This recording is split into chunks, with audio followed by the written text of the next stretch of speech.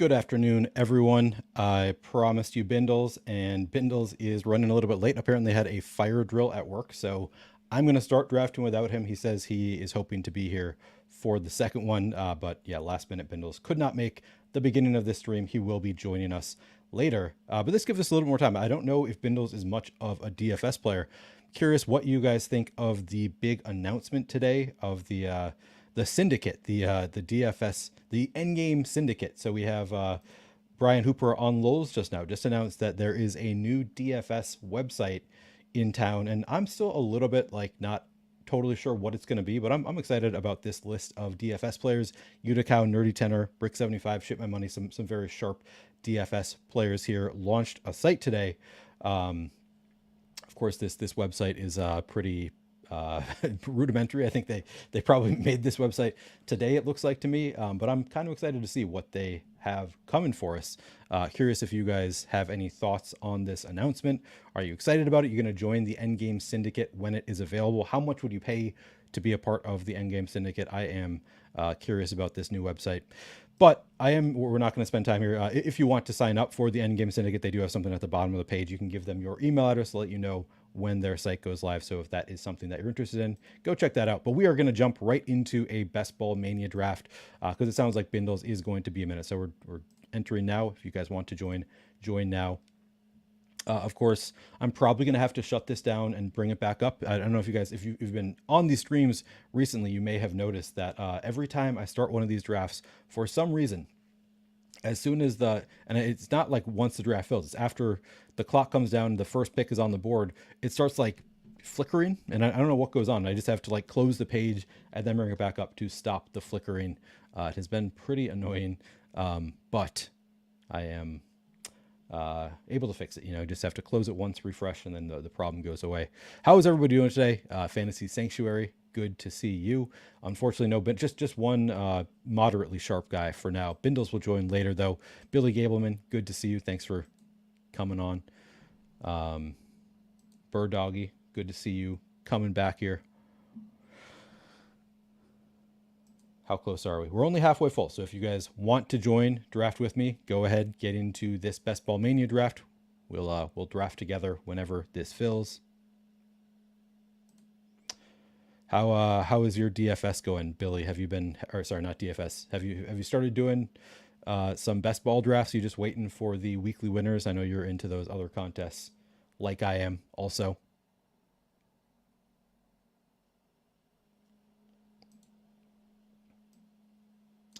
Yeah, Fantasy Sanctuary says had not seen this. Yeah, it just happened. The announcement just happened on Lulz. They kind of are slow playing a little bit. They didn't make like a big Twitter announcement. They just made like kind of the second half of Lulz. Like, yeah, by the way, we're starting this website, but I think it's going to be pretty cool. I like the name, the Endgame Syndicate. That is a daunting name. What do you think? Is this the end of DFS? Is this really the end game? I kind of think with the Sims, we kind of are already on the last legs of it being a very beatable game, but maybe this just really puts DFS out of its misery as a profitable endeavor. We'll see.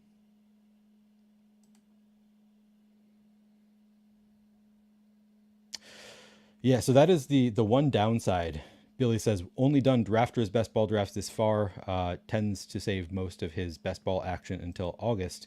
That is the one downside of agreeing to or announcing that I'm going to be streaming all 150 of my best ball mania drafts is I kind of think like probably the sharper time to draft is closer to the season, or at least for me, I think I would advance more teams, have better teams if I drafted them all at the end of August, early September, which I did last year. And it was like those were most of my good teams because I think probably, I mean, you can draft with good structure, but probably my biggest edge, probably the biggest edge for a lot of the people drafting right now is information edge, just having as much information as possible. And, those of us who are playing all the time, we are grinding out that information edge, getting as much info as possible on who's going to be the starting running back, what is the, the depth chart for wide receivers, et cetera, et cetera. And a lot more of that in August than we do right now. So giving up a little bit of edge, I think, by drafting right now. On the other hand, going to have a more diversified portfolio by drafting now. Also, you kind of want to get your reps in. So, other people might be getting their reps in by doing the puppy, the chihuahua, that kind of stuff, which is probably another pretty good approach is getting your reps in on those other contests. But at the end of the day, I think I'm going to have a diverse portfolio because I'm starting now. It'll be fine. Yeah, exactly. You just have to embrace more uncertainty. Yeah, I might get some great ADP, some closing line value with some of my picks by doing drafts right now. That is the positive to drafting in early May is probably we'll get some players that we're going to shoot up boards later on, and you can get a few of those players together. So there are pros and cons to drafting right now. I think for me personally, I have more of an edge drafting later on when I have more information. Other people might have more of an edge drafting right now. But at the end of the day, I think it's kind of a minimal thing. It's not like I'm giving up some huge edge by drafting right now. All right, so I have the 5th pick. I will be able to, it's going to start flickering as soon as the draft actually starts, and I will make my pick, and then I will close it down. Good to see Nick in here, Notorious Fantasy, gets into this draft with us. Anybody else drafting here with me? Alex is back. We can guarantee Alex is going to take Rashee Rice at this turn. He's going to take it at the 48-49 turn. Wait, no, that's not. He's going to be 36. Yeah, he's going to be 36, 37. He might be able to get it at that next turn. Yeah, he should be able to get it at that 60 turn. He'd be able to get Rashee Rice if he wants him. I'm only joking, but I know Alex is a big believer in Rashee Rice probably not getting as big of a penalty as people are expecting to. The suspension probably not going to be as long, so he's very in on Rashee Rice. But I don't know if that is changing now with the new allegations against Rashee Rice. Maybe it's not quite as high on him. Yeah, I mean, as Billy says, definitely have the ability to potentially draft a super team right now. That is absolutely true. I also agree with this Fantasy Sanctuary, especially in a contest like this where there's, 600,000, 700,000 people in it. There's going to be a lot of casual money in a contest this size. So you can see here, now my screen is, did it just stop? No. As soon as he makes his pick, it starts again. I'm going to try just refreshing. Let's see if that works. I think I've tried it before and it didn't work. Yeah, it didn't work. I have to close the page, reopen the page, but I'll wait until after I make my pick. Actually, I've got it queued up in the order that I want it. So maybe I will just let it make my pick for me. So I'm just going to refresh right now, open the page again. Wouldn't be a big deal except for doing content. That's the only reason that it's like kind of obnoxious. And it might be because I'm doing content that I haven't tried doing any of these drafts on my computer when I'm not doing content. I have done a million drafts, not a million, but I've done a few Chihuahua drafts. I think I've done a puppy. I did my one, the single entry. All right, my pick just happened. Let's see, where am I? I got my guy, Justin Jefferson. That's always fun for me. Just one second. I'll get it back up here on the screen.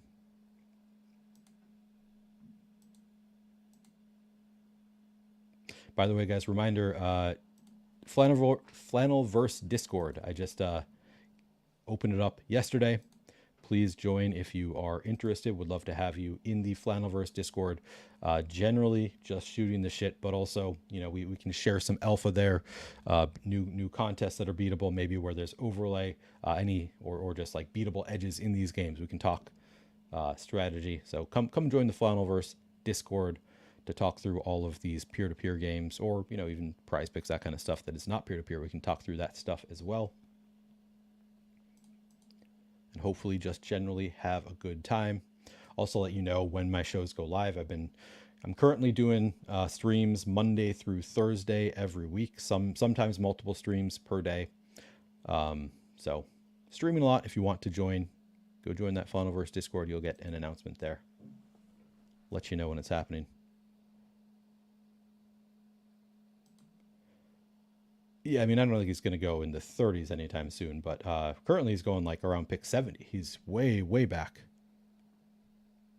Interesting. Nick says his early teams were so much better last year. That was not the case for me. I was definitely like, then again, it's because I was out on, I've talked about this. I was out on the Miami running backs early in the year last year until Jeff Wilson was. We found out that he was injured after he was the one that I had been on in the early rounds, and then of course after we learned that he was injured, then I started drafting a lot of Raheem Mostert and Devin Achane. So that's part of the reason I think that my later drafts were probably better. But again, that's part of that information edge that you get later on that you just don't know this early. All right, coming back around to my turn. Ooh, that's fun. Miahan gets Bijan and Drake London. That is a combo that you can't really get in this draft very often. Like in the current landscape, that is pretty late for Drake London to fall. So that's fun that he gets both of those Falcons on the team. All right, Nick takes Olave. Now I'm forced to decide, am I going to take a running back in the second round? I haven't taken a lot of Devonta Adams. He's kind of low on my list relative to his ADP. I'll throw him on there with Justin Jefferson. Gotta spread out your exposure somehow, right? You can't just always take the top of your board.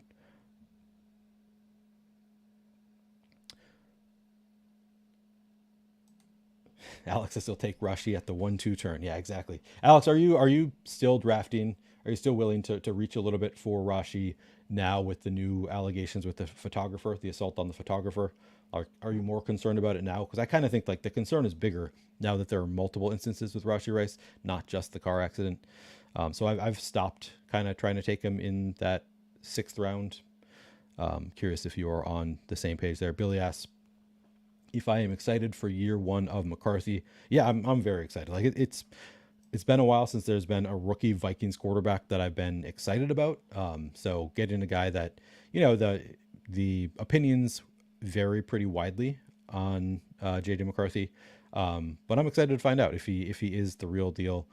Young quarterback, might not be great year 1, but if he is, I mean, that would be wheels up. That'd be so exciting if he's good in year 1. I've said that I'm a little bit concerned about him not starting the year right away. Like I think Sam Darnold, there is some risk there that Sam Darnold starts the year as the Vikings starting quarterback. He $10 million for 1 year. They gave him a lot of money. So I do have concerns that JJ McCarthy is not going to be starting right away. And, Sam Darnold is good. Maybe he just holds on to the job. Unclear to me though, if Sam Darnold was really just brought in to be a mentor, which I think is possible, that he was mostly brought in to be a mentor. I don't know why they would pay him that much just to be a mentor. But I think that is possible that they brought him in just to be the mentor. So yeah, I'm excited to see what JJ has. Let's see. JJ squared, JJ to Jets. Coming back on my pick. I don't hate getting Malik Neighbors here. I'm still in on Malik Neighbors. I know a lot of people don't love the landing spot on the Giants. I'm not that concerned about it. I just think that he is, and again, I don't watch college football, so this is based on everything I've heard, but it sounds like he is just so good that I think he's going to be the alpha receiver right away in New York. And I think that Daniel Jones, Drew Lock, whoever is starting there, is probably good enough to get him the ball. Like, even if they're not great, I think just make your alpha receiver good. I think they're good enough to do that. So I am still in on Malik Neighbors at this cost.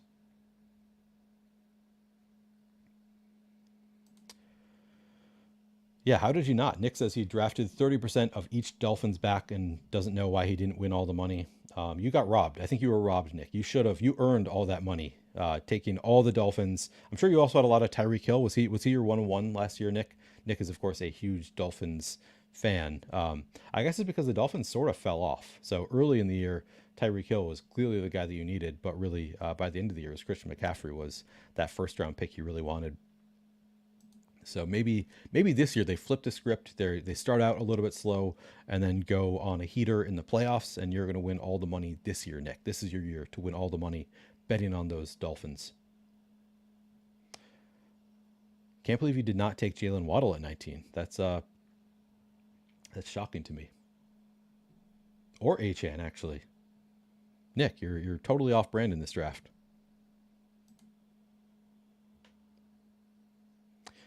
Yeah, I think that you are wise to take the dip on Rashi, Alex. Of course, now you'll have the decision. You're going to be picking at the 60 to 61 turn, which would be a little bit ahead of Rashi. Are you going to You're going to take the risk that he's going to come back to you at 84, 85. This is a tough spot for you as a Rashi believer. But he's fallen enough that you might be able to get him at that 84, 85 turn, I think. It's at least becoming somewhat realistic. This is kind of fun. I got the Jay Jets. What year is Jay Jets now? Is he year 4? I don't even know how long he's been on the Vikings. It feels like it's been a while, but also he's young. We got the dusty vet in Devontae Adams, and we got the rookie in Malik Neighbors. So we're spreading through all the years of the wide receivers.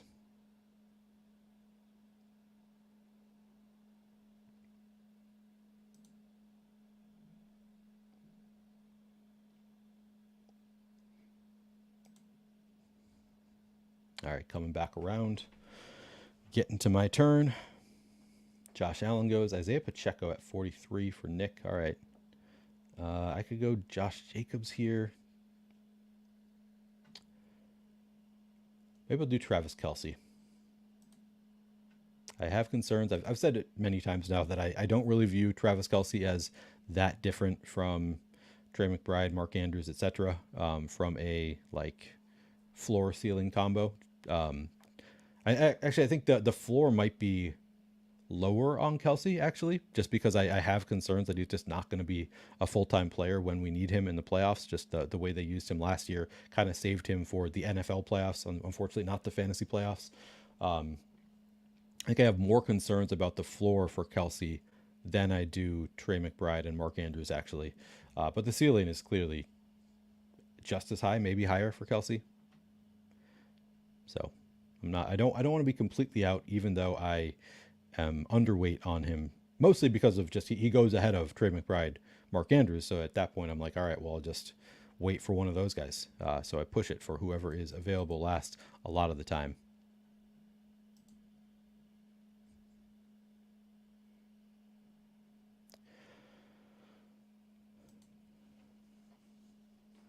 So Nick goes the 2 running backs in the first 4 rounds without his guy, Devin Achane. Nice start here for Game Beards. Gets Rich McCaffrey, then goes double Houston wide receiver Nico Collins and Stephon Diggs. Gets his guy CJ Stroud. So he's got the double stack already. Adds on Keenan Allen. I was hoping that Patrick Mahomes was going to come back to me after I took Travis Kelce, so a little bit bummed that he did not fall to me. But also, kind of a reasonable pick there for Still Crazy. You can still add the receivers there. He has, of course, Tyreek Hill and Jalen Waddle. I think this room is drafting pretty well so far, I would say. All right, who do I want here? I don't see any great stacking options, so I think I just go Christian Kirk. I like Kirk in the 5th round. Could have gone James Cook, I guess. I tend to go a little bit more 0 RB more frequently.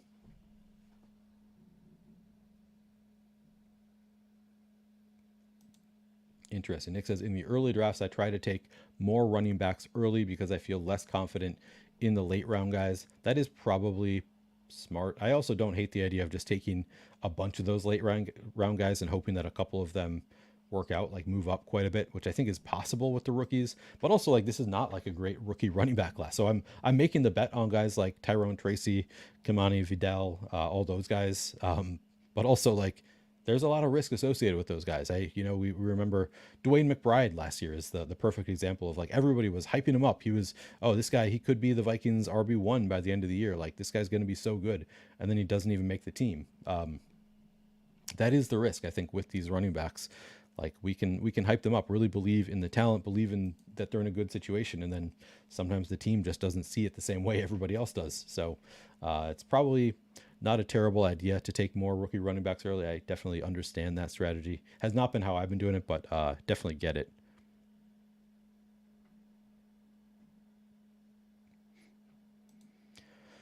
Yeah, everyone was off Kamara 2 years ago for fighting, and he wasn't suspended until after the case result. That's true. Yeah, you can definitely benefit from these uncertain situations. So I understand the wanting to do that.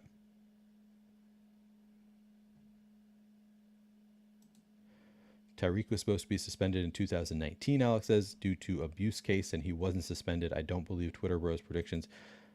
Yeah, I mean, I think that's reasonable. Like, people are probably baking in too much risk for Rashee Rice. It's probably not, definitely not a sure thing that he gets suspended at all.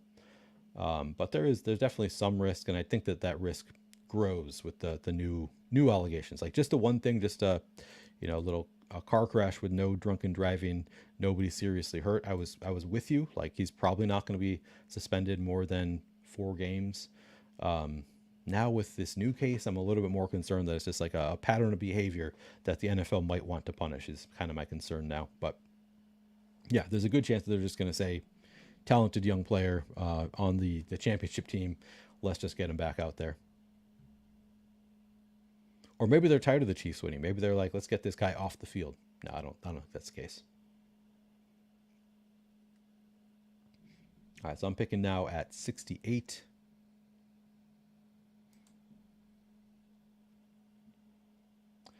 Currently sitting at, I have 4 receivers and 1 tight end through 5 rounds.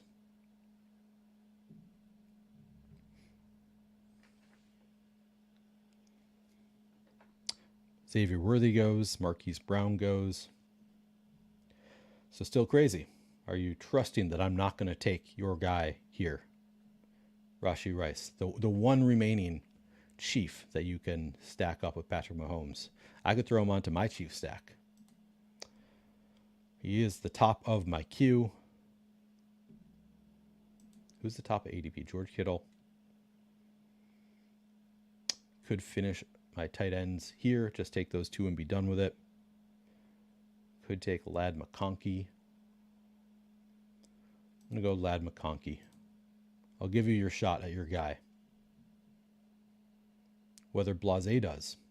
No, Blasex. Whether Blasex lets you have him. No sure thing there. All right, still crazy. Has his shot at a Chief stack. He does it.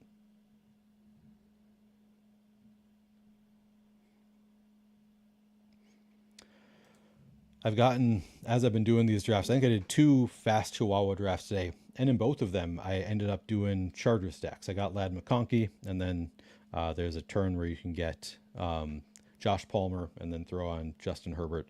I've done that multiple times today. Not that confident in the pecking order there for the Chargers. But I've done it. It's kind of easy to do, I guess. It's kind of like a fallback option to do the Chargers. And it feels kind of good. Like, it's kind of like, all right, this could work out. Like, Justin Herbert is good. Who knows if Ladd McConkey is going to be a good NFL receiver. Josh Palmer was actually pretty good last year, so it could work out. They also just might run the ball a lot.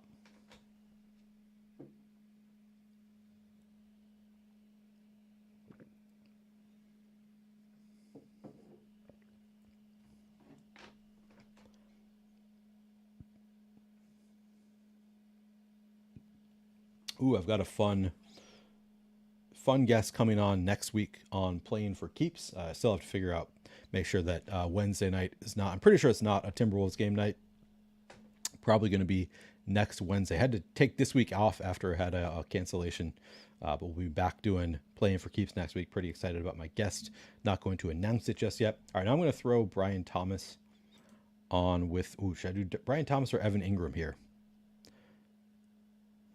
Maybe I do Evan Ingram just to finish my tight end room.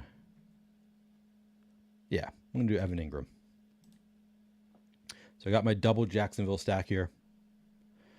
Now, of course, the Brian Thomas guy is the one threat, I think, to take Trevor. I mean, I guess you never really know. Sometimes people just take a naked quarterback, obviously. But the biggest threat to take Trevor is going to be whoever drafts Brian Thomas. I guess you could also still do a Gabe Davis Trevor. People do that sometimes. Haven't drafted a ton of Gabe Davis.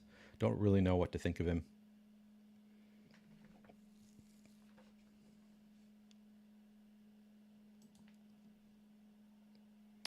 This guy, Nick, he's just high T. This guy has all the testosterone, just taking all the running backs. Breece Hall, Isaiah Pacheco, Ramondre Stevenson. Just build it up. Not pissing at all. Do we have any piss boys in here? Oh, here's a piss boy. GMK has Puka, Brandon Ayuk, Cooper Kupp, T. Higgins, Terry McLaurin with his first 5 picks, and Christian Watson with his 7th pick. So 6 wide receivers in his first 7 picks. There you go. I'm waiting on my running backs, which feels less good now that there's been a little stream of running backs after my last pick.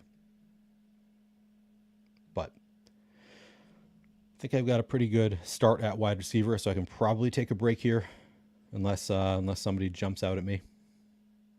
Do I have any quarterbacks I want to take here? Probably not. No quarterbacks yet to add to my stack.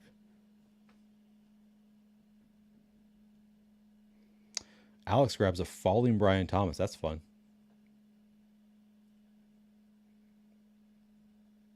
Now, is Caleb going to find his way all the way back to you, Alex, with your Rome Odunze? I don't know. Don't know what your plans are with this for stacking there. I guess you can throw a late wide receiver on.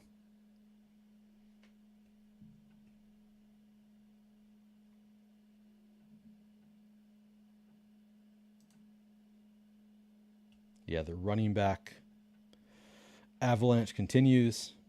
Jalen Warren, James Conner, Jonathan Brooks,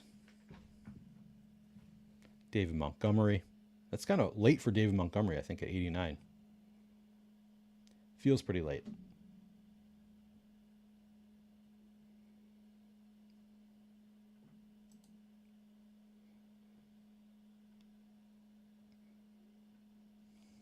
Probably going to have to wait a little while on quarterback here.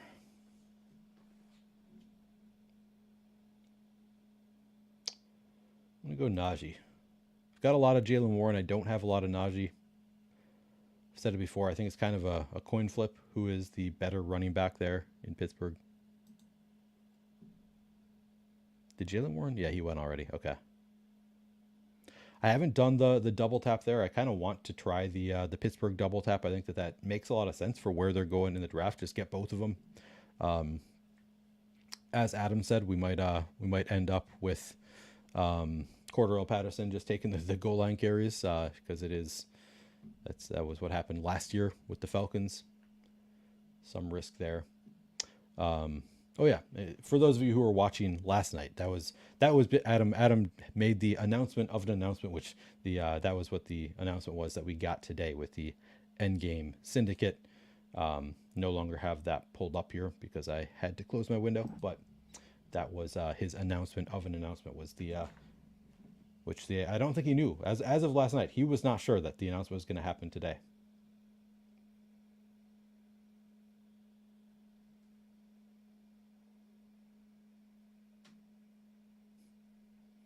Any of you playing PGA DFS this weekend? I made one lineup. As I was laying in bed, saw that the Jesse and Jeremy contest was not yet full, so I had time to make one lineup just off my gut. Just threw some names in there that I like.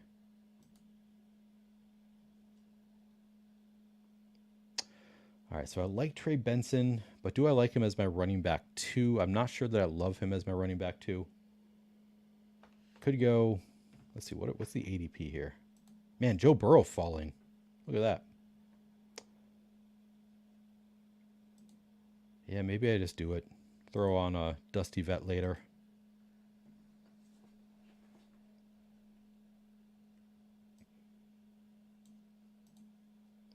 Now my next pick is going to be at 116 and then 125. I'll have to think about if I want to do the Chargers double stack again with Josh Palmer and Justin Herbert with these picks. Of course, there's no guarantee that Justin Herbert makes it back to me anyway after my next pick. But yeah, this is a room that is letting quarterbacks slide a little bit. I guess just Joe Burrow, because Tua kind of went around where he goes. Actually, Dak Prescott fell pretty late. Jaden Daniels goes right around ADP. Nick planning a back stack here, looks like. Couple of back stacks. Nick has Jordan Love and Jaden Daniels without the stacks there. Or are you just not a stack guy, Nick? Are you just play the best players? I'm always thinking about my stack. Even as I'm making my picks, I'm thinking about like, how am I going to make this work later with the stack? But not everybody plays that way. Some people just, vibe it out. Let the players come to them where they may. If the stack works out, great. If it doesn't, oh well. There are those drafters too.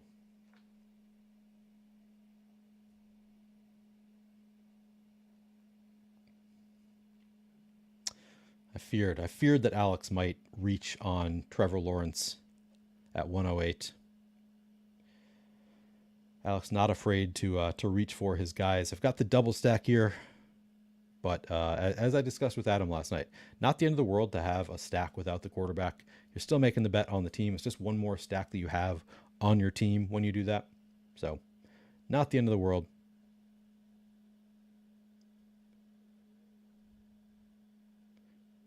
That makes sense. Nick says, I am a stack guy.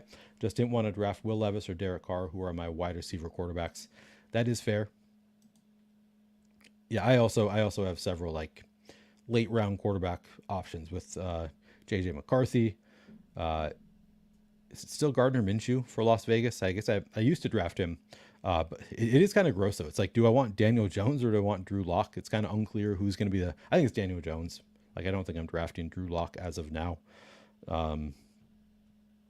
Obviously Herbert an option. So yeah, I've got a lot of late round quarterback backup options as well. Probably also want a running back at some point here. Only got 2 so far.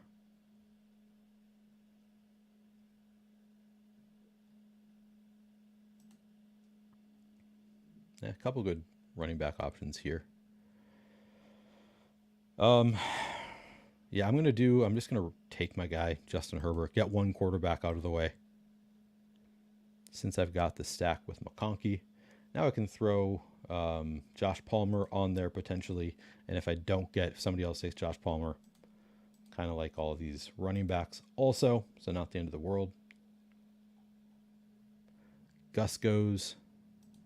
It's kind of, wouldn't have hated him. He was probably my favorite of the running backs to throw on there with the Chargers deck, even though he's not really a pass catcher. Just bet on the offense.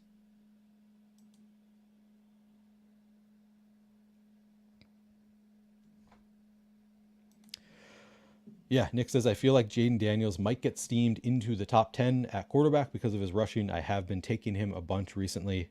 I don't have that many shares of Jaden Daniels. I kind of regret not having more because I think that you're right. He's probably just going to get steamed. Like, you can see the upside very clearly with Jaden Daniels. Like, if he's just a running as much as we expect him to, he's going to have a high floor and obviously astronomical ceiling. So definitely think you're probably right that he's going to continue gaining steam. So I'm trying to get more in on Jaden Daniels.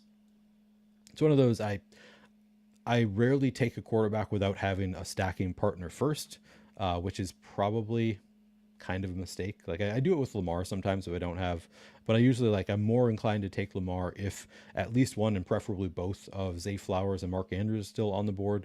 So sometimes I think probably my uber focus on stacking early on maybe leads me astray sometimes. Like, maybe I'm doing it overkill a little bit there.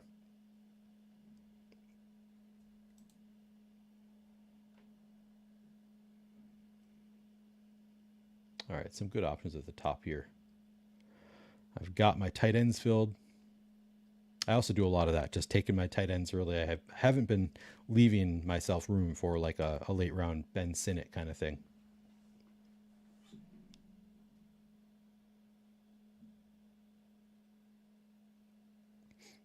I do also already have 5 wide receivers.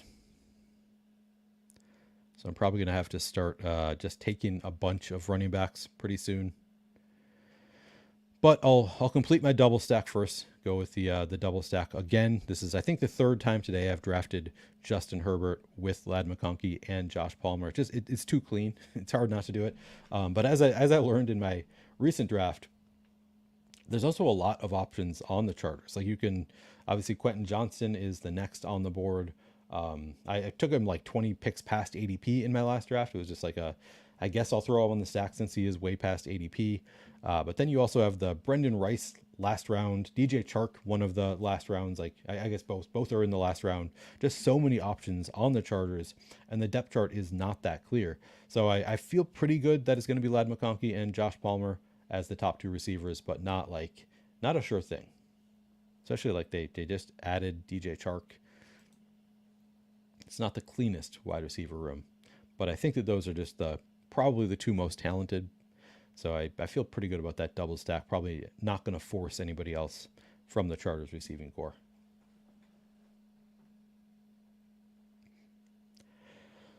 I do still need at least one more quarterback.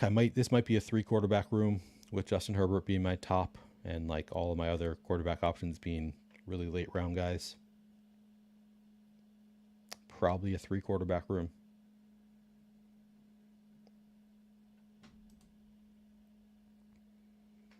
We'll see.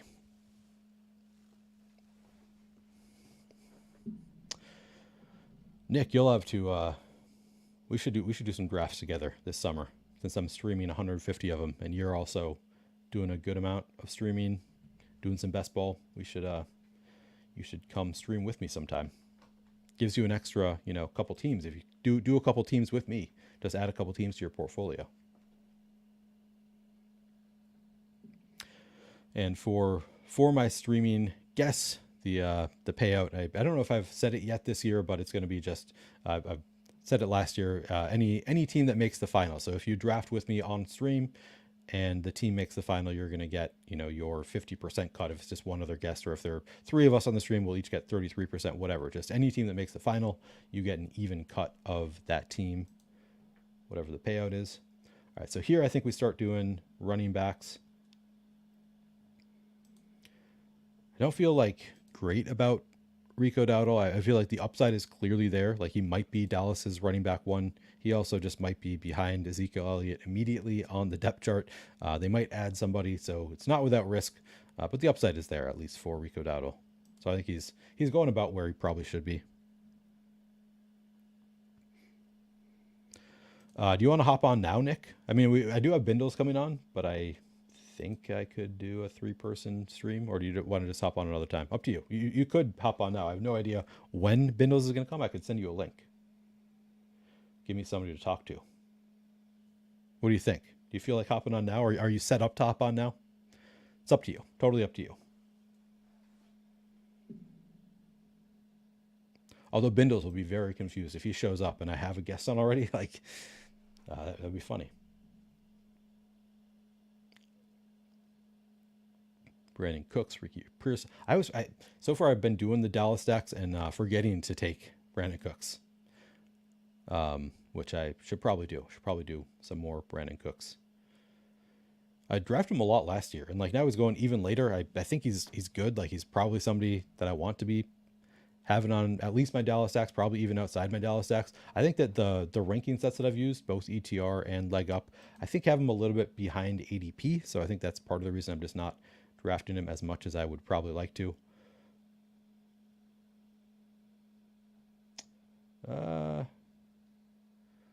Is Nick going to be so mad?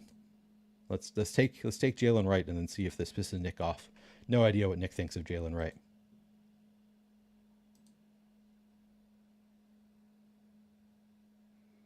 Oh, gotcha. Okay. Yeah, you can come on another time, Nick. We'll talk. That's good. It'll be less confusing for Bindles if I don't have another guest on when he shows up.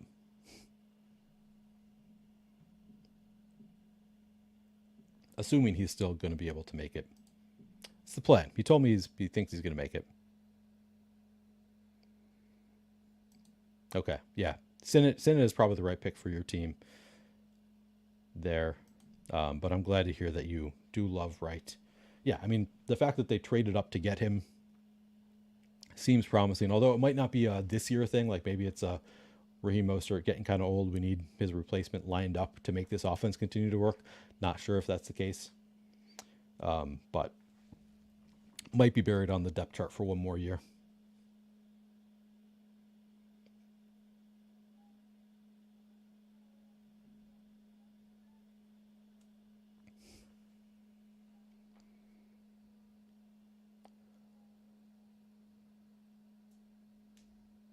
Huh. Nick says, I work a weird schedule. I work 2 days on and then 2 days off from 12 in the afternoon to 11 at night. That is interesting. I did not know. I didn't know that you had a full-time job. I thought that you did fantasy as your full-time job, to be honest. We'll have to talk about that.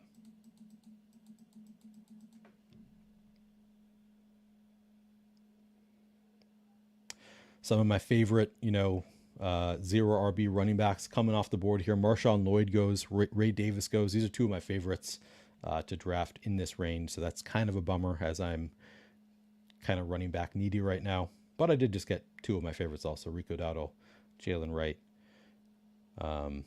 This is one of those, like, my running backs are fun. I feel like this is a fun running back room, but the floor is really, really low outside of Najee.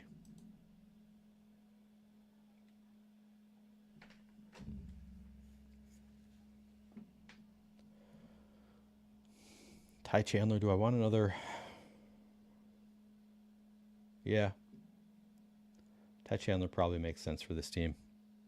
I mean, you're not getting an RB1 at this stage, regardless. So I'll go Ty Chandler.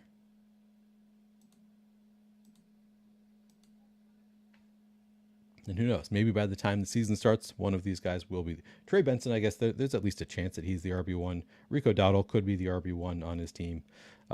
For the most part, I don't feel that great about this running back room because I think, Najee, it's already unclear. I guess even Najee, it's kind of unclear if he's the RB1. I think that's just a split backfield, though. Najee and Jalen Warren. So I think he'll score fantasy points every week right away. But this is definitely not the strongest running back room.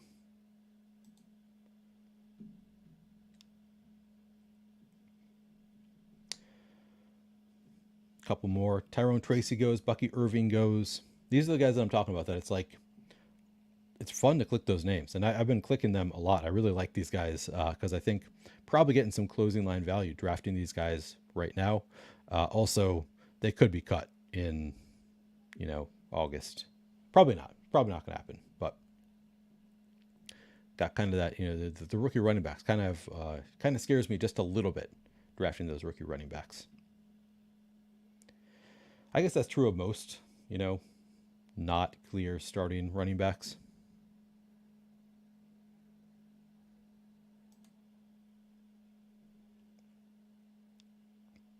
All right, we're coming back around.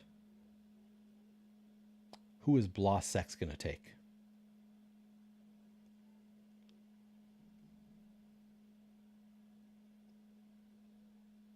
Tyler Algier. I'll take Antonio Gibson. I think he makes sense for my team. At some point, probably got to start thinking about my quarterbacks.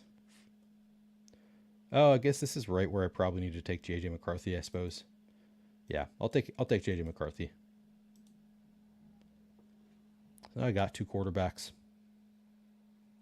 Probably want one more. Jaleel McLaughlin, I think, to me, feels like one of the safer late running backs. Antonio Gibson goes. I think those two are, two of the better. I mean, I guess, yeah, I don't know. It gets ugly quick at running back. I just don't feel that safe in the late rounds. So I hear what you're saying, Nick, with the taking early running backs. Doesn't feel that safe with the late round wide receivers, though, either, to me. So that's right. You're getting married next April, Nick. When? I feel like you've been engaged for a minute. Am I wrong about that? Yeah, I agree with you, Nick. You do all those, and I maxed out the big board this year. You get used to those 20-round drafts, and now it's a little bit tougher. Like you lose those bullets. You got to go a little bit safer with your picks.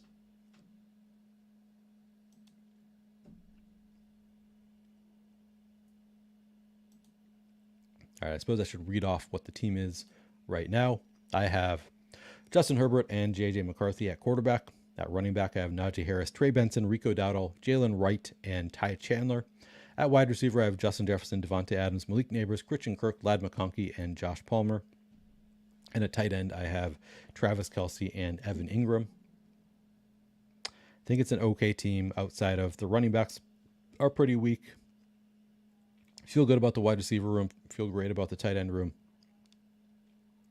Quarterback's a little bit suspect because I'm not sure that J.J. McCarthy starts right away. But assuming he does, the Vikings, pretty good landing spot for a rookie quarterback.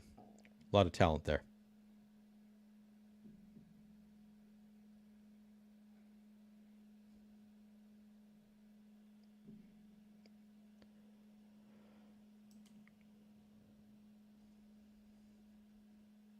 Alex, what are we working on? You got Jared Goff and Trevor Lawrence. I know you have Brian Thomas.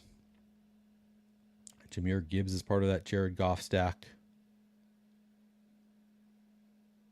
So just stacking with the running back with Jared Goff right now.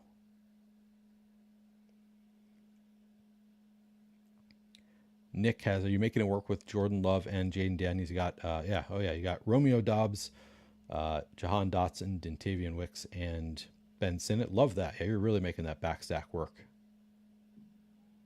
Looks good. As you may or may not know, I'm a big Dontavian Wicks truther, so I love that, making it work after taking Jordan Love with Dontavian Wicks.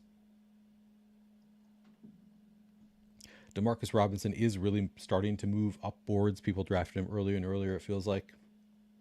For a little while, he was a last-round dart throw. It's the Winky Christ effect. Winky Christ came out, made the case for him, and everybody's like, yeah, you're right. That's a smart pick. Should take that guy. Myself included. He kind of convinced me.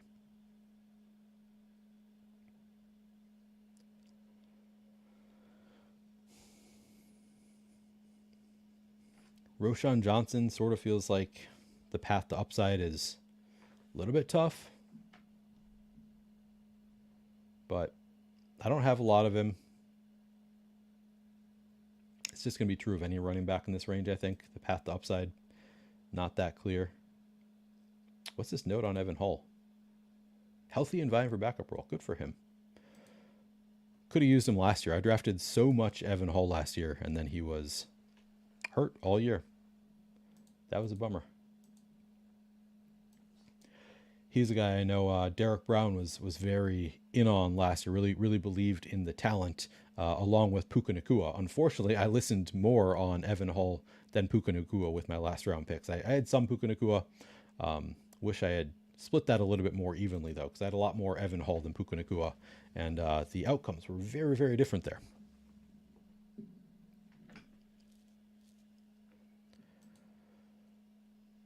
Yeah, Romeo Doubs, I have not drafted a ton of Romeo Doubs. I feel like I just push it and take Dontavian Wicks as my Packers wide receiver most of the time.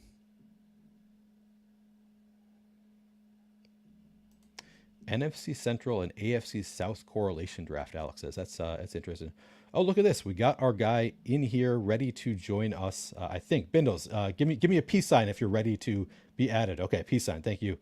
We got Bindles. Showed up after a fire drill at work. Sorry, guys. A little bit. Oh my God. This is just the work life. You're like, you know what? I have plans. I have a nice chill afternoon going, and then shit hits the fan. That's just how it works. But you made it. You did make it in time. This is still the first draft, so you're going to be here for the second draft. Made it in time. So perfect. Glad you were able to make it work.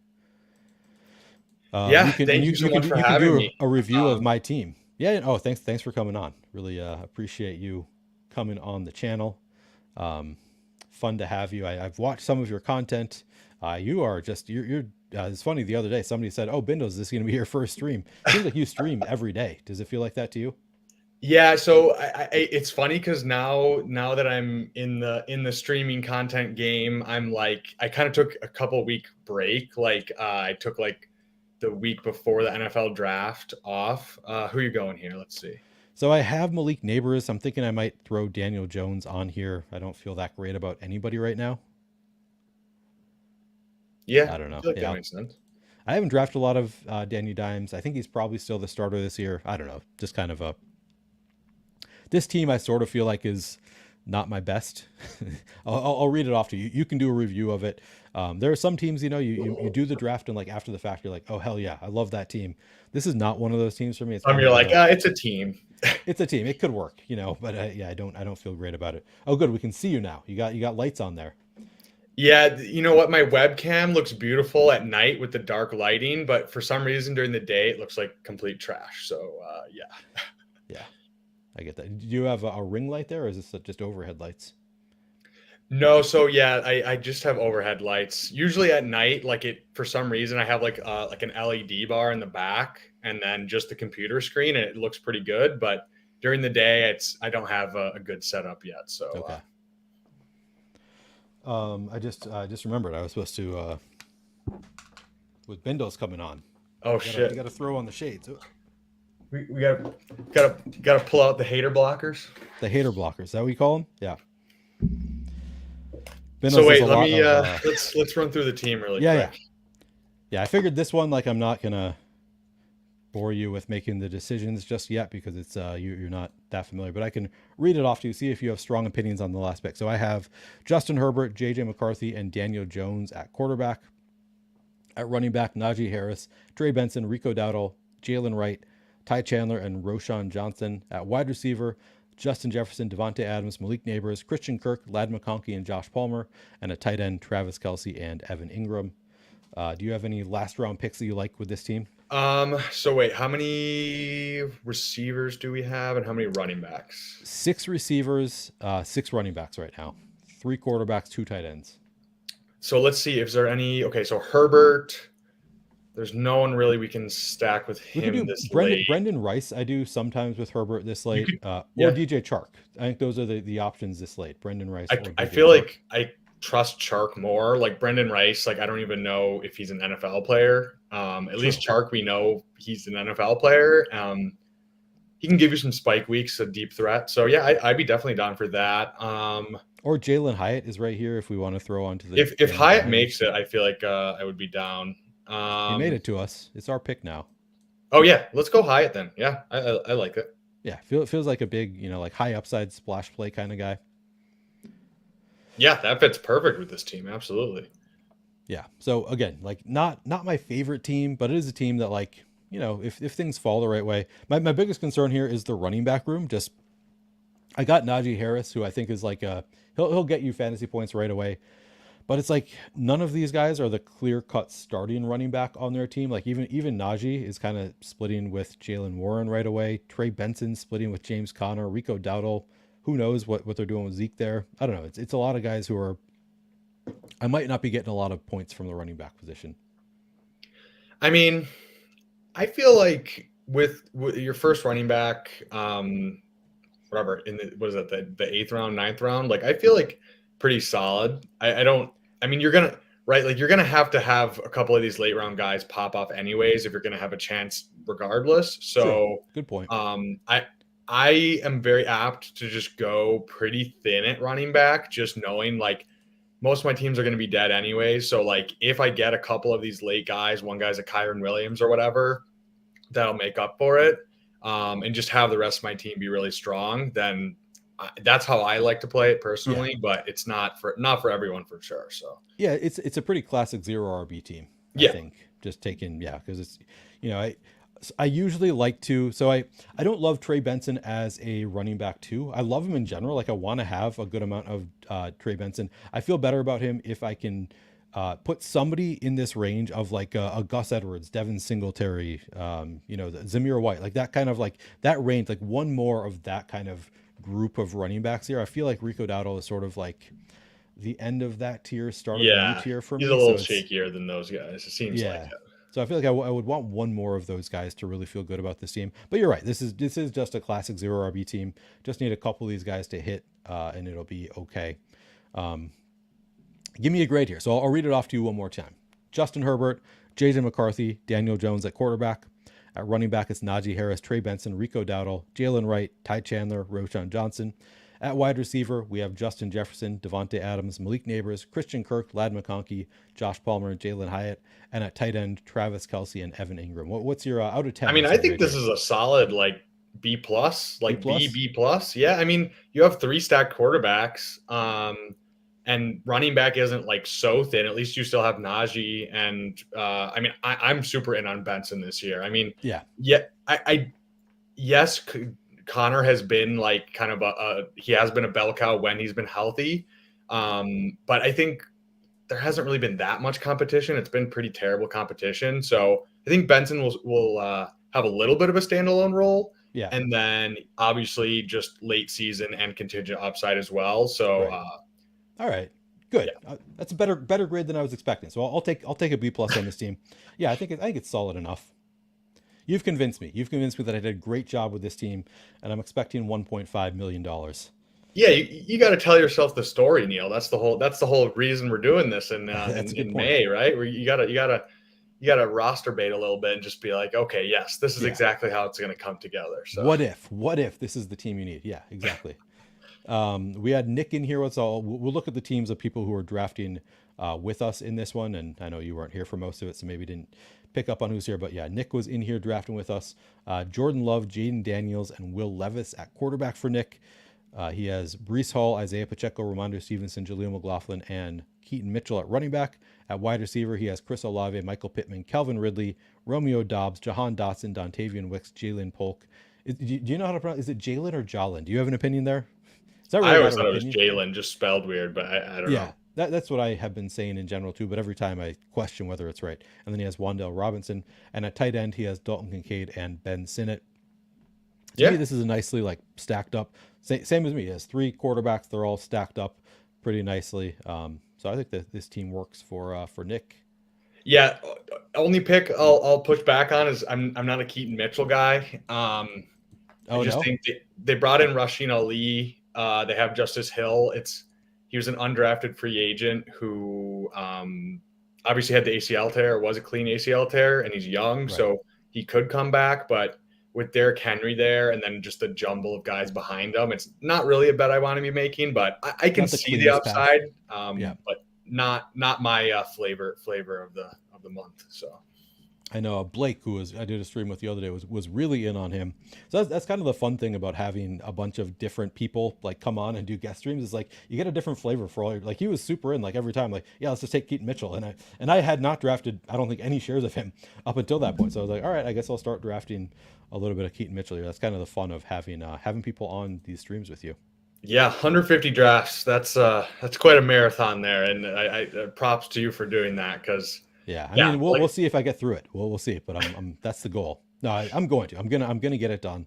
Um, All right. And then Alex Keaton was here with us as well. He had Trevor Lawrence and Jared Goff at quarterback. At running back, he has Jameer Gibbs, Jonathan Taylor, Tyjae Spears, Ray Davis, and Khalil Herbert. At wide receiver, Tank Dell, Zay Flowers, Jaden Reed, Roma Dunze, Brian Thomas, Josh Downs, Jermaine Burton, and Khalif Raymond. And at tight end, he has Brock Bowers, Noah Fant, and Mike Gesicki. So as far as stacking, he has Trevor with Brian Thomas. Sniped me. What an asshole. And he has Jared Goff with Jameer Gibbs and Khalif Raymond. So I think he landed the plane there. What do you think?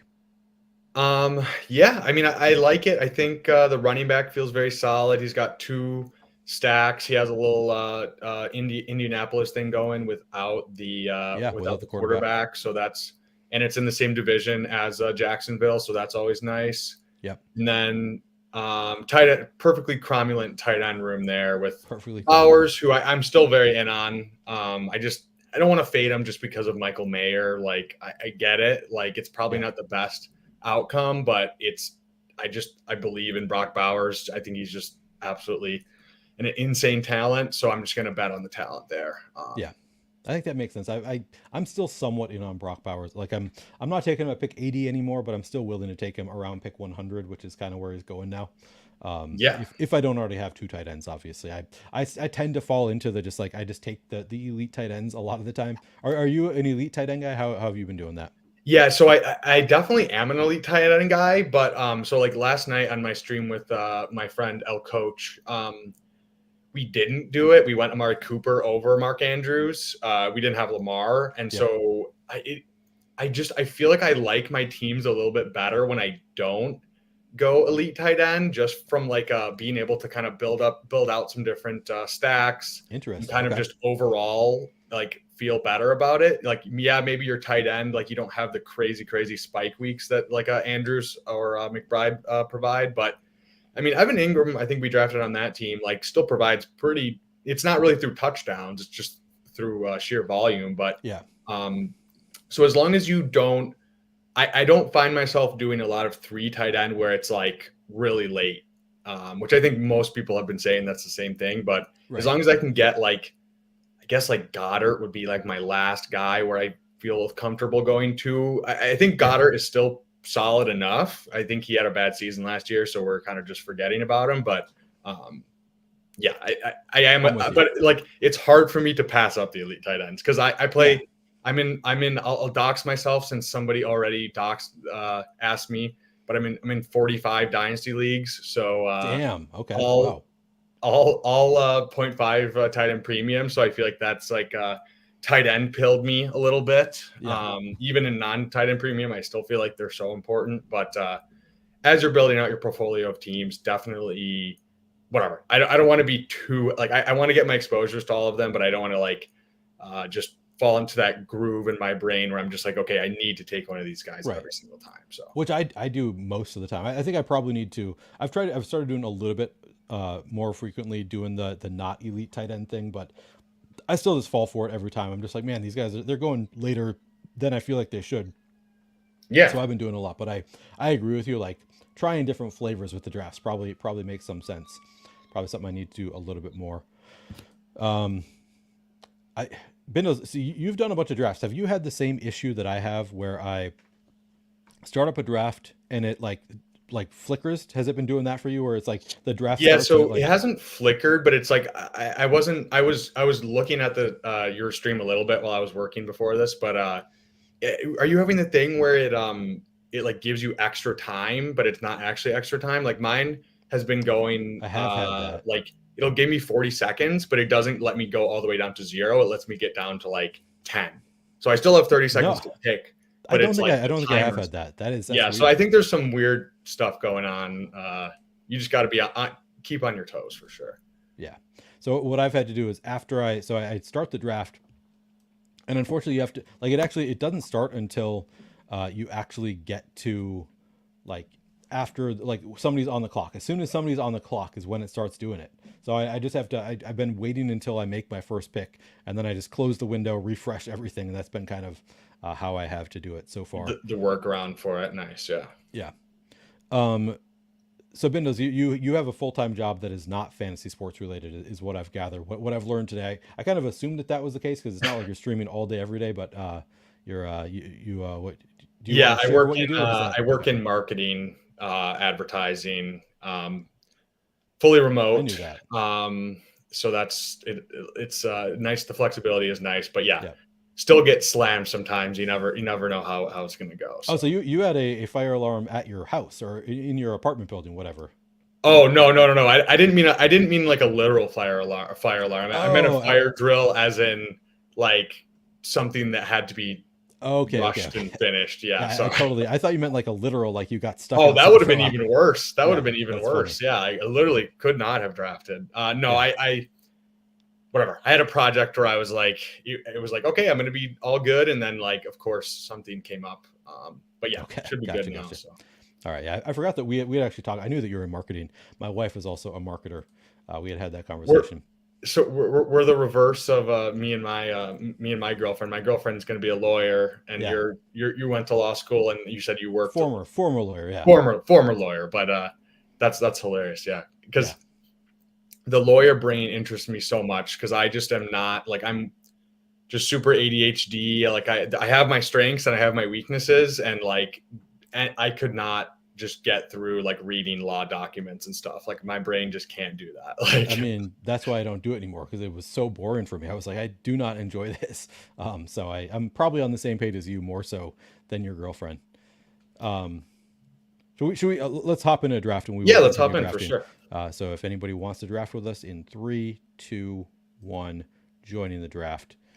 Yeah, it's Yeah, so so interesting because so many people, like even my girlfriend's friends, like everyone just like they go through law school, they get into it, they start working, and then like 5 years later, they're like, okay, well, I want to leave because it's just like it's just a lot. It's a grind for sure. it is, and like I feel like I never was never in like a big law like the really high paying stuff. That to me just sounds miserable. It sounds like most Yep, of the people I know who are in big law are just like they hate their job. They it's just it sounds so it's awful to crazy. me, Yeah, like not worth the money in my opinion. But that's just kind of my personality. Also, some people ultimately love the grind, just want to have the money. So yeah, different strokes, I guess. yeah, definitely.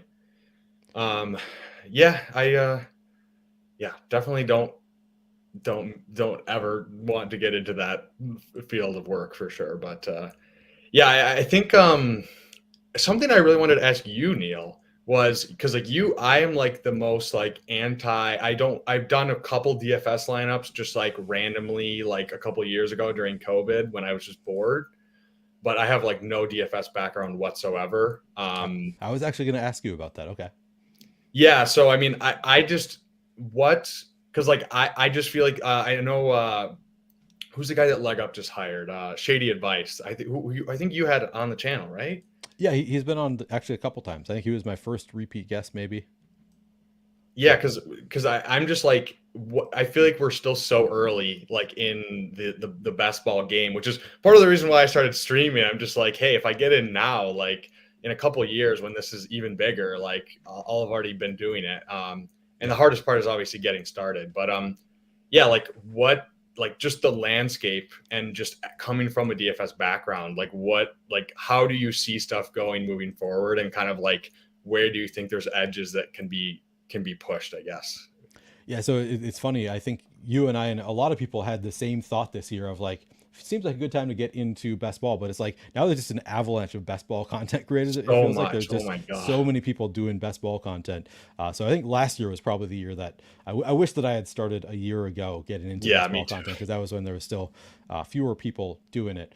But still, I think there's enough people drafting best ball that we can all do it together and still have some success at it.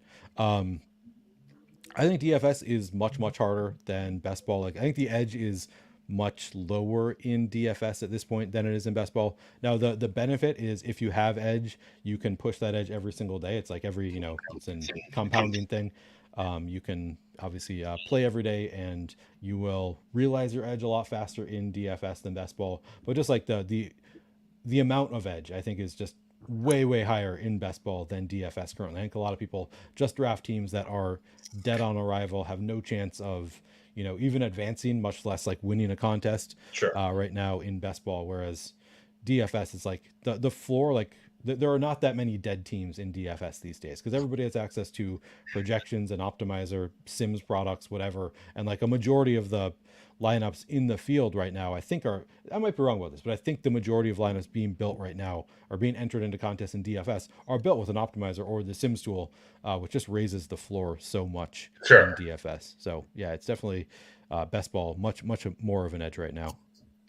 Yeah, yeah, because I think as long like if you are a person where like you know your structure, you know like just kind of like the different levers to pull without even like diving deeper into it, I just feel like you have a huge edge over just like the random who's just hopping in here and just drafting the guys they like, which I still feel like you said, there's still a lot. So Yeah.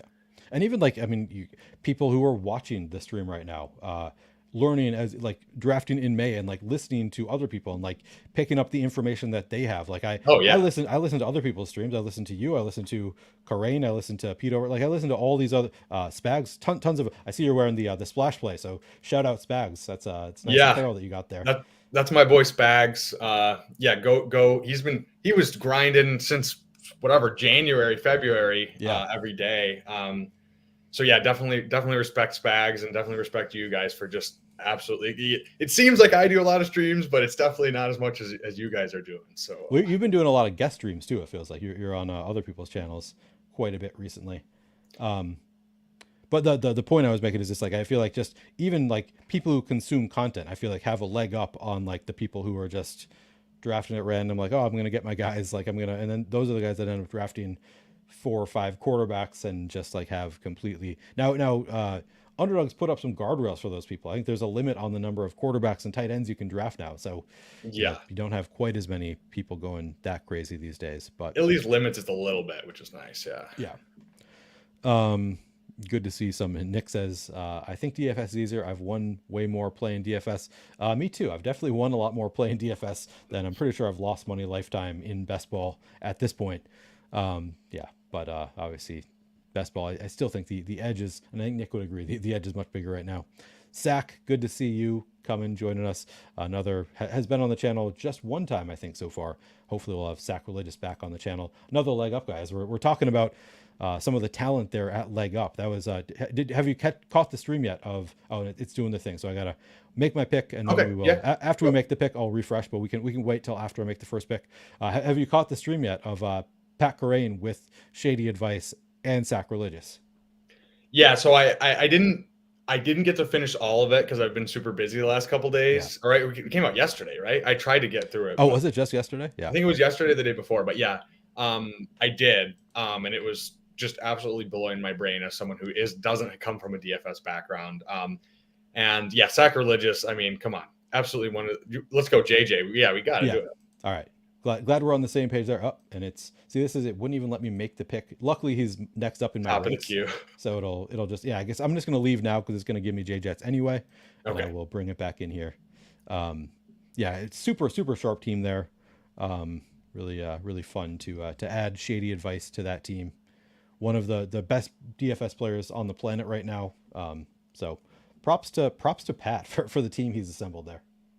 Yeah, no, I mean, yeah, I don't know Shady, but yeah, I had Sack on one of my streams, and he's That's just right. That's right. all those guys. They're all always pushing the edge of everything best ball.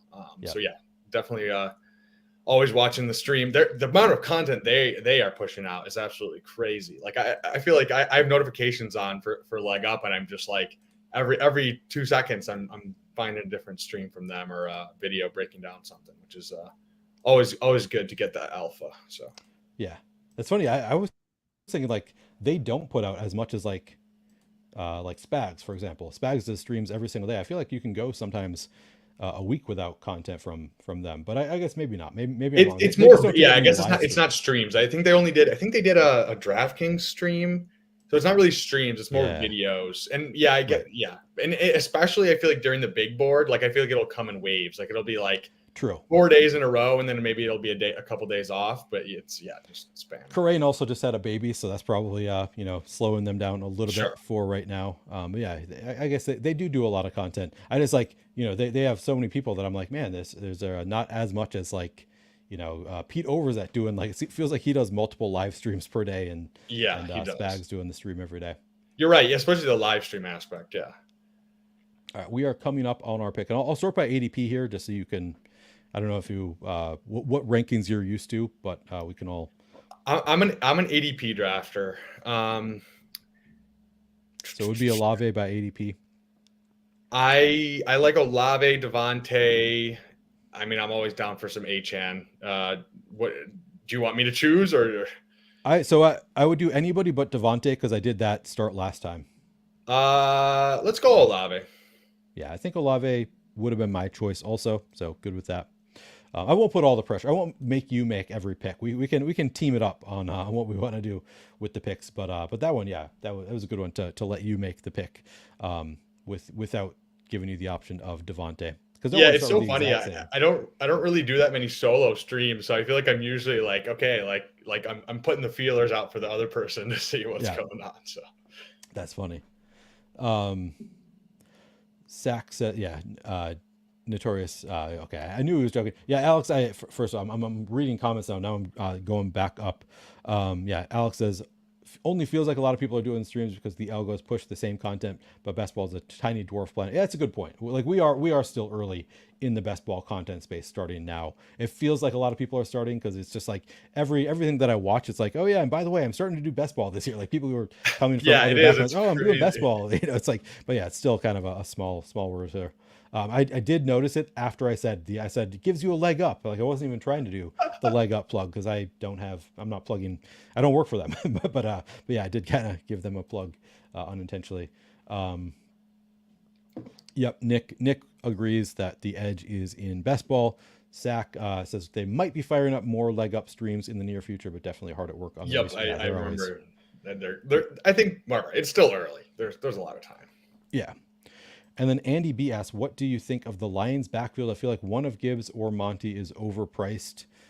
Um, I don't know if that's the case. I feel like they like if they do what they did last year, I guess Gibbs would be a little bit overpriced, right? If he does exactly what he did last year. Yeah, I mean, I I think he's a little bit overpriced, but it's pricing in the second year bump, him taking a little bit more work, and I mean Demont's price. I guess maybe he should be a little bit farther back, like maybe like he goes like pick 72, 73. Maybe it should be like 85 or something in that big cluster. I can Right. definitely see that, but I mean they both kind of have contingent upside, which helps, and they both have like Demont has the triple touchdown upside, and Gibbs has the is just really good at football upside. So I maybe like a half around or like a little bit more for each overpriced, but I think you want pieces of that Detroit offense, and like they're fine. I don't know. I'm not mad Yeah. about it. I feel like they both make sense in like they make sense in different builds, but I think that they both are like sort of priced fine. Like Yeah, Gibbs at 14 feels a little bit like I haven't taken him a lot here, but I'm willing to take him like mid second round. I think. So I don't think it's that far off. yeah, I Shit, agree. I don't know what the ADP is there. All right, we are coming up on our pick. We are on the clock. So we have Justin Jefferson, Chris Olave, Nico Collins. Oh, Nico Collins at 31 would feel pretty Yeah, good to look, we me. got to go Nico Collins. I don't think he ever falls this far. Yeah, that's just we'll take the gift when it's given to us. The kind of a unique combo here: Justin Jefferson, Chris Olave, and Nico Collins.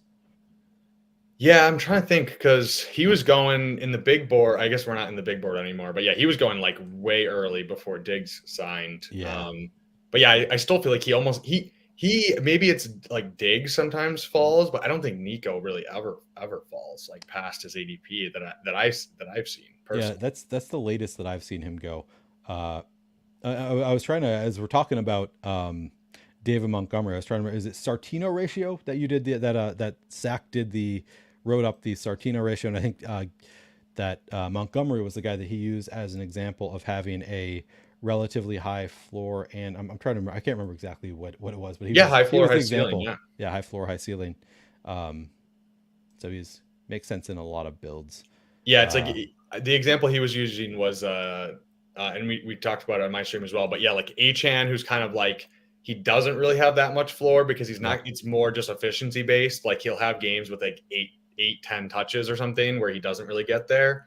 But he does have the huge spike week potential just because he's so good. And then Montgomery has the steady workload and then also the contingent value. I think he had like a 25-point game last year if Yeah. Gibbs were to go down, and just whatever the goal line back in a good Yeah. offense. So He had I forget what game it was, but he had one where he like ripped off a 70-yard run or something, which I do not expect from David Montgomery in general. Like I think of Jameer Gibbs as the guy who's going to break off a 70-yard run.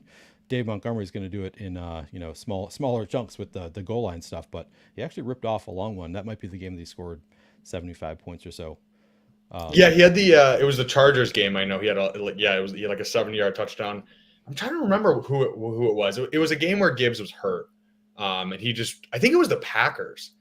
That might be I right. think he had 3 touchdowns and like a crazy amount of carries, like 25 carries or 30 carries or something. Um, Yeah.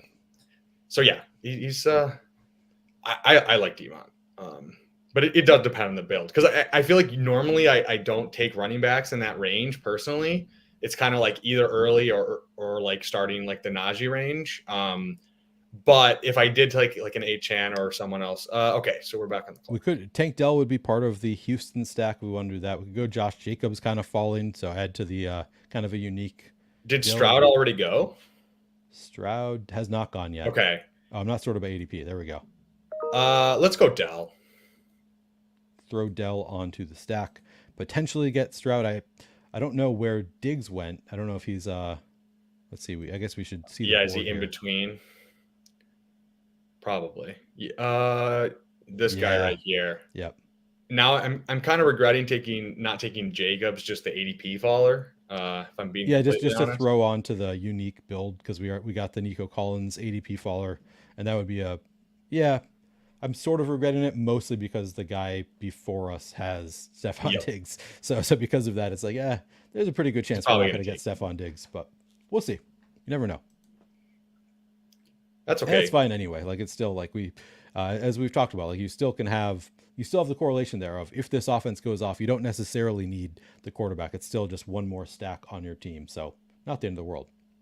Yeah, I mean, I'm fine betting on the Houston offense as a whole. Just I think whatever. Yeah, Yeah. we don't need Stroud.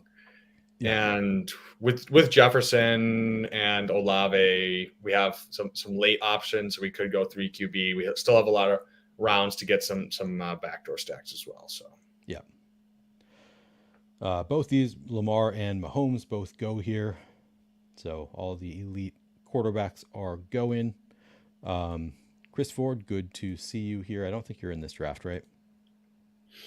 Is there any stack that you like, but you have so much that you're tired of drafting it? I've drafted a ton of the Chargers today. I had not drafted a ton previously, but today I'm suddenly drafting a lot of the Chargers. For me, it would also be the Ravens. I just where yep. Lamar is going, I feel like I'm always in on just trying to do the Lamar Mark Andrews stack or Zay Flowers there. So that's probably one that I'm overexposed to. Do you have any that you've drafted enough that you're kind of tired of it? The first thing that came to mind was the Ravens, just because I'm a huge Lamar and Andrews guy. Yeah. So yeah, I mean, and like I definitely prefer Lamar Andrews over Lamar Flowers, but I Yeah. do draft Lamar Flowers sometimes, and yeah, it's I have to like and Stroud goes to someone without either of the Yeah. receivers.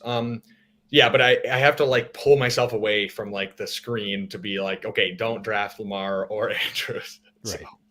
Yeah, it's tough. So how long ago did you launch your channel and start doing best ball content?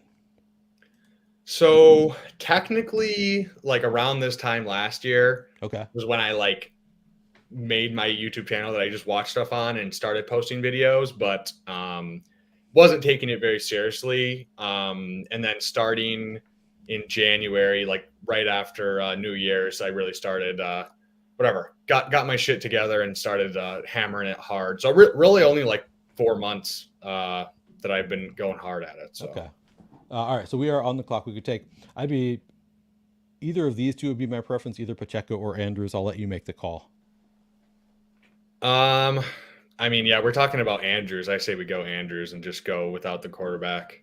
Or I mean, if there is it, if you like Xavier Worthy, anybody else at the top here, I'm also open to that. Nah, let's go Andrews. All right, we'll go Andrews. I'm obviously I'm always down to take Andrews at 55th overall. Feels pretty good taking Andrews there. Yeah, he's just such a value. Yeah. Like you were saying, like the elite tight ends. Like we were taking guys like early third, late second, like a year or two ago. Yeah. And nothing has really changed for Andrews other than the recency bias of just him being injured. So Right. I don't get it. Yeah, we are on the same page there. Huge fan of taking Andrews here. Man, this hang on one sec. This hat has like a button on it that is Just bothering my head. So I'm gonna go hatless for a minute here. Maybe I'll grab another one in a minute. Your hat game is elite there, Neil. Yeah, unfortunately, my other hats that I have here, I guess I could do the Lowe's one. Is I want to go hatless for a minute because it's I forget this hat that I just threw on the ground here. Just like for whatever reason, it doesn't look like there's a huge button in there, but every time I wear it, like an hour in or something, it's like, oh my god, that's like it feels like there's something digging into the top of my skull after a while. So I always have to abandon it after a while. But there's like a little metal button here. You can kind of see it. Can you like cover it with something like? Yeah, I could. I always forget about it until and it like takes a while before I feel it, and then after a while, it's like, oh my god, that. So you're on what is going stream on? trying to make some picks, and then you're like, oh shit. Yeah, exactly. Oh yeah, so you've been doing the streams regularly for a couple months now. I feel like I can't remember when I started started coming across your streams and getting to know you a little bit. I feel like it's been probably after you kind of recently when you started, or like when you re-upped recently. Yeah, I mean, I think it was probably like February, like when I started doing big board drafts, I would assume. Like I think it was like and you started up like going heavy into stuff as well. I mean, I just love the best ball community and the dynasty community. I'm a part of like a ton of different discords. I'm an analyst in the Bulletproof Dynasty Discord. Oh, nice. I moved during COVID, so don't have a lot of like real life in person friends other than a few people. So just good way for me to just keep in touch with people and yeah, make friends and just I love it. So I'm always trying to support Oh yeah, everyone and be friendly because there's room for everyone to grow and just to have fun. So agreed. With that said, we got to make our pick. yep. Romo Dunze, Marquise Brown. Who do you like here? If we sort by rank, sort by ADP. I like Rome. I do too, and that we also don't have a quarterback yet. Yep. Were you going to throw a butt in there? Did you have a second thought there? I was going to say Rome or Ridley, but yeah, Could have been I was Ridley too. thinking the same thing of guys we can backstack since we don't have a quarterback yet, and we're not And going to we get right, Andrews, and we're not going to get, or I right, mean, we're not going to get Lamar or Stroud. right. So just always trying to think through the back stacks. I'm glad we're on the same page there. Always thinking through the stacks. How are we going to make it work later on? I thought you were making a double entendre joke there when I was listening in earlier. So you're always. I thought you were making a sack joke, but you weren't. You were just innocently talking about stacking up your best ball team. So Oh yeah, no, never double entendres. Um, Zach, thank you. Yeah, I do have. Thank you. I do have a pretty well shaped cranium. Not the best hair, so I gotta keep it nice and shaved. And it's not fully shaved right now, so prefer it when it's completely shaved off. I also have some random like moles, and it's not the prettiest cranium, unfortunately. So I just usually wear a hat. I'm a big proponent of the beard and shaved head. I feel like if it's starting to go a little bit for me. I don't know what'll Doesn't happen. look like it. I Looks think like my a dad pretty lasted a full head of long hair there. time. Okay, that's good. I come from a family of full haired people. I was the first to start balding young, and I started balding at like 22 or something, Okay. really young. So you're holding on strong with that hair, I'd say. Yeah, but yeah, because like my beard's a little bit shorter now, but I used to have a crazy beard, like a freaking Viking beard, and I was like, Nice, I kind of wanted to buzz my hair, but my girlfriend was like, no, don't do it. But yeah, I was not full bald, but I was like, I wanted to try it out. So nice. definitely support the if you're balding, you might as well Yeah, just shave it. And just I shave it just like, off. yeah, I I'm a big proponent. Yeah, but it doesn't work. Like some people just don't have the right head shape for it. So I also it's a struggle. It's not doesn't work for everybody. But I agree with you. It's a we generally good stand with the bet. bald community We on do. this channel. Yeah, damn right. Um, that's cool. Yeah, that's exactly my look right now. The sunglasses and the bald head. Chris says, "Thanks for the support you show the community. Wish I could listen to your streams live, but with the family, I support all you do, homie." Yeah, always. You are always supporting everybody in the community. I feel like on Twitter, you retweet me, you retweet other content creators pretty frequently. So very supportive member of the community. Big believer that we can all fit in this space, which I think I agree with that also. Yeah, I mean, we just whatever. Like I said, we're still so early. I I don't think I'm the smartest person in the room at all. I think I like to listen to everyone and get everyone's opinions, and Yeah. I want just embrace debate. Like I don't think there's a right way to do anything. So as long as you can defend your take, maybe that's one thing I do take from my girlfriend and her lawyer brain is like if you're gonna make a take, you got to have something behind it. Yeah. To not just don't just say things just to say things. Yeah. I like that. So we're on the clock at 79. Here we could take David Montgomery. Rashi Rice falls to us here if we want him. Wait, are we sort of ADP? Yeah, we are sort of ADP. Um, I like Demont. We were talking him up. If we want to get our first running Yeah, back, he's a good solid first running back. I'd say like the yeah, floor is there with Demont, so I like that. Yeah, he feels very cozy as your first running back. Just like, okay, at least I have some just stable production there. Also, really want to get Alex his opportunity to draft. I know he's a big believer in Rashi Rice, um, and he has Xavier Worthy. So maybe Alex will be able to build in that Kansas City stack here. Yeah, I am definitely a Rashi Rice bull, but I think just with the more recent news, I just want to see where he falls before I Yep, same it page, settles. same exact page. But yeah, I mean, I think obviously they drafted Worthy. I'm not like out on Worthy by any means or Hollywood, but I still think the bet I want to make is Rice just being the most talented. Like he had 2.5 yards per route run as a rookie, Yeah, 85 plus PFF grade, which are both like absolutely crazy numbers. I know his role was a little weird, but yeah. yeah, rookie on the Chiefs who put up really good peripheral numbers. I'm in, and I'll be buying any dip once the ADP settles. So. Yeah. Very sorry to our guy Alex. Did not Rashi Rice falls Oof. just one pick short of him. Seth snags him. Pretty solid pick there for Seth. I guess he's also throwing on with the Kelsey, so he's kind of got that back end correlation, secondary correlation with the Chiefs as well. Nice. Um, and probably good that Alex doesn't get him in every single draft because there is definitely some risk there. Uh, Yeah. the most important thing when the hair goes is finding out you have a decent shaped head. Yeah, I had shaved my head once before in college. My cross country team, we all shaved our heads together prior to nationals or something, and I was like, all right, this doesn't look as bad as I thought it might. So I was, good to learn that then. Um, the Snowman says, love to see you two guys together. Hope much success on the channels. Keep grinding. Appreciate you, the Snowman. Yeah, this is our first time. Hopefully the first of many streams that we will do together, Yeah. Bindles. Next time I'll make sure I clear my schedule a little bit This guy is better. unreliable. I can't have him on the channel. Somebody this unreliable. Yeah, no, it's I not. was really looking forward to it too. Like I was just Yeah. like, damn. And then of course that's what happens I mean, in I'm life. Okay, like we have our pick here. I'm a big Jalen Warren guy, but we also get Deontay Johnson falling. Um, So yeah, we're probably gonna want to take a quarterback here pretty soon. yeah, I'm a big Deontay guy, and then we can pretty much be done at wide receiver. Also build out another or backdoor we stack. could do Caleb if we wanted to. Yeah, let's go Caleb. Let's go Caleb. Just get the quarterback out of the way. Yeah, Yeah, I feel like just at least because we secure one have, stack. yeah, get one stack out of the way. Mostly because we took Nico Collins, Tank Dell, and Mark Andrews, so like three receiving people, pass catchers who the quarterback is already gone, so we're not going to have that option later on.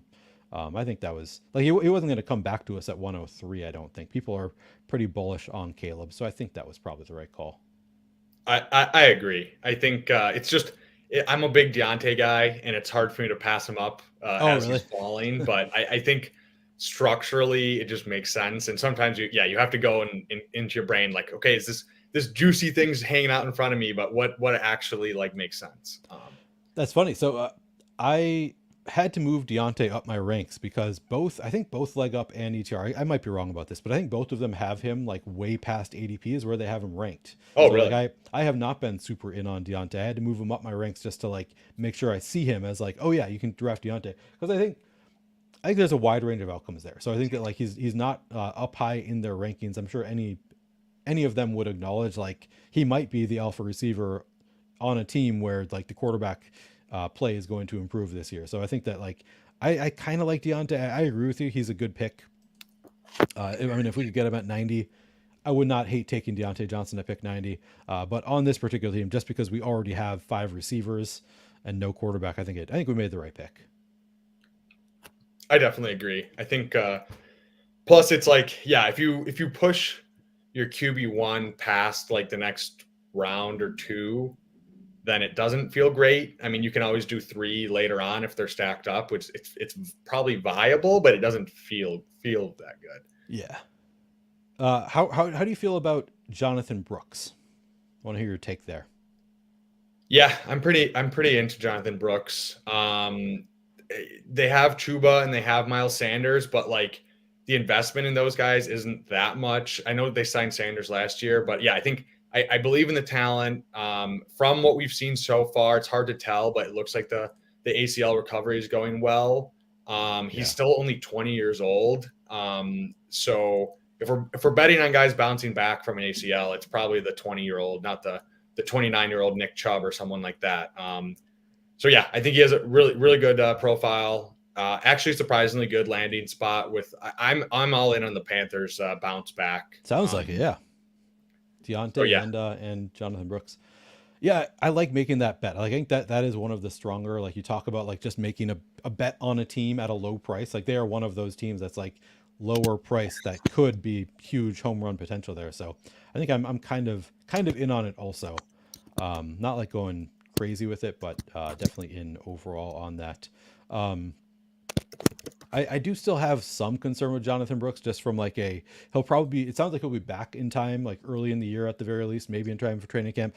But it sounds like I think it was, I can't remember who I was listening to, maybe Field Yates talking about how like, but like players they return and then it's like it takes them kind of a year to get like their full juice back. So that's kind of my biggest concern. But I mean that you make a good point that he is also 20. Like that's probably more likely. All right, let's make our pick here. We could take James Conner, Raheem Mostert, um, uh, Brock Bowers. I know you're a big Brock Bowers guy. I like James Conner or B Rob, whoever you like of those two. I don't All really right. don't really have a take between those two. The ADP is Connor, so Yeah, let's do it. B Rob, we could always, I mean, he might come back to us. People really don't love B Rob. So I think he's one that, like, you don't have to take him at ADP. You can, like, sometimes you'll get him 15 picks after ADP. Um, I guess by the law of averages, that's probably not entirely true because I don't really see people taking him ahead of ADP. I don't know. Don't know if it's accurate. yeah. Um, I feel like I was in the middle of oh yeah, just the Jonathan Brooks point is like, yeah, I think you make a good point that he is young enough that like maybe he does get his juice back faster than like a vet would, but also like Javonte Williams took a little while to like really like was not great last year. Maybe he's gonna be get his juice fully back this year. I don't know. Yeah, I It's think tough. I think Javante's knee injury was pretty catastrophic. I think Brooks from like I said, it's we're still far away from training camp and everything, but from what the information we do have, it seems like it's pretty clean. So that is definitely playing into my evaluation as well. Yeah. And then yeah, but the James Conner B Rob point, I'm fine taking James Conner. I like James Conner, but it's interesting to me where they're both going with. So James Conner has a rookie running back who got drafted in the early third round with a lot of juice. He's 29 and he's going whatever, like what is it, pick 89 or something like that. And Right. then B Rob, with Austin, the ghost of Austin Eckler as his competition, Yeah. is going like what, 15 picks later, 20 picks later. And I think B Rob is basically just young James Conner from Right. what I've seen. So I'm not saying you have to take B Rob above James Conner or that I want zero James Conner, but it's just interesting to me how the market plays those two backfields. I mean, a little bit of a safer offense maybe for Arizona could be part of it, and maybe we've Yeah, just seen it more. Like James Conner seems to get there every year. I think is true. part of it maybe. But yeah, I guess I don't have a strong opinion between those two. It does not come back to us. Now we could do another. We could go. I like Gus Edwards, Tyjae Spears. Both seem fine to me. So Um, Dallas Goddard. This is the end of the elite tight end tier. If we want to go I there, like Shaheed or Spears probably if we're going between those guys. so We're Shaheed. gonna.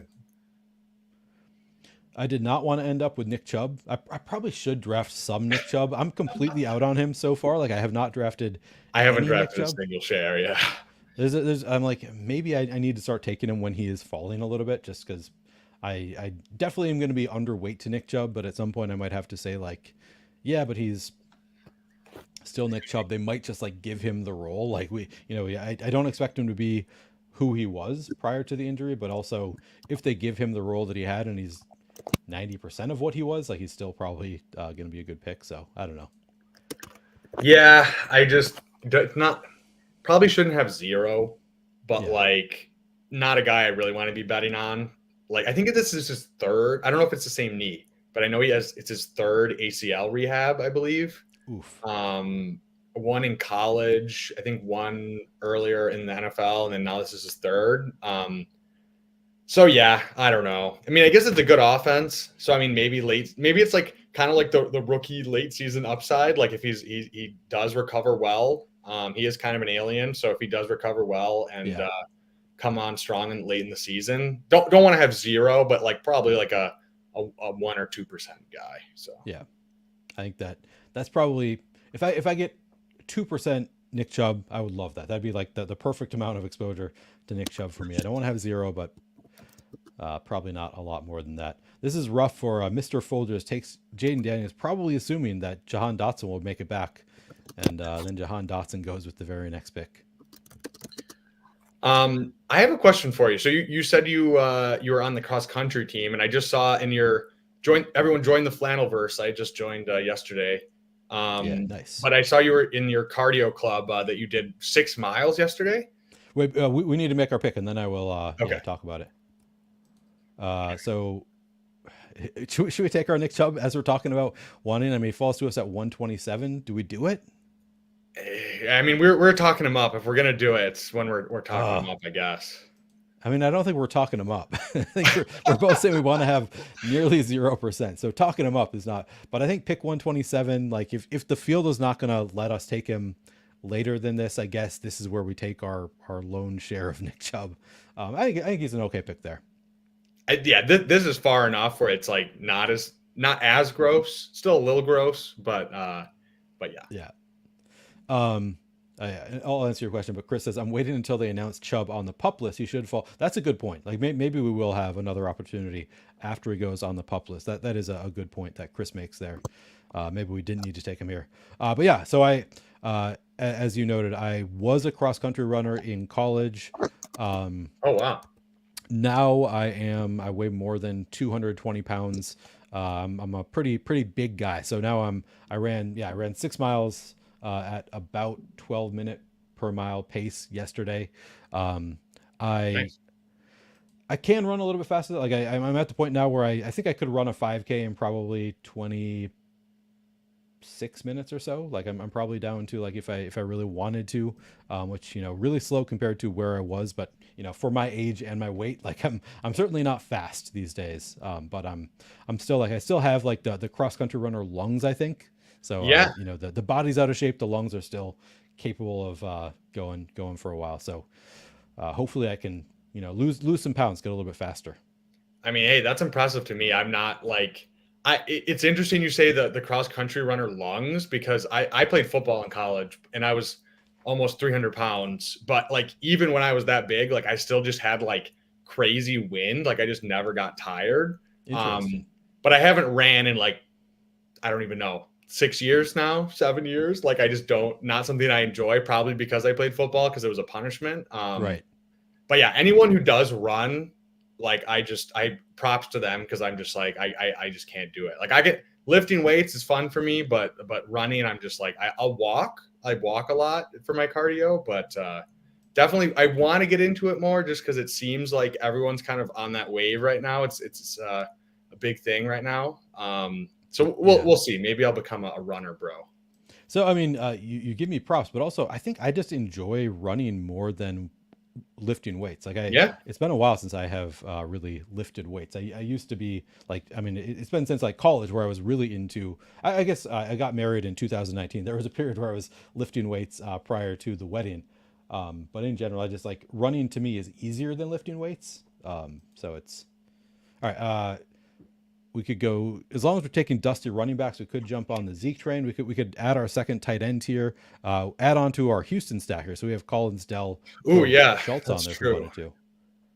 How many running backs do we have? Is it 3 or 4 now? We have 3. We have Montgomery, Connor, and Chubb.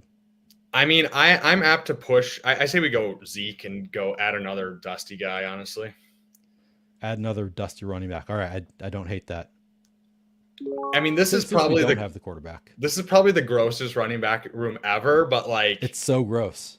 but I mean, it's honestly not bad. Like it just like it's not sexy, but like if we feel pretty strong at wide receiver, we have our one quarterback stacked up, and we have Andrews, and we can build out some back stacks and just have steady production. Maybe take a couple shots on some rookies or some fun guys later on, but Yeah. I don't know. I don't hate it.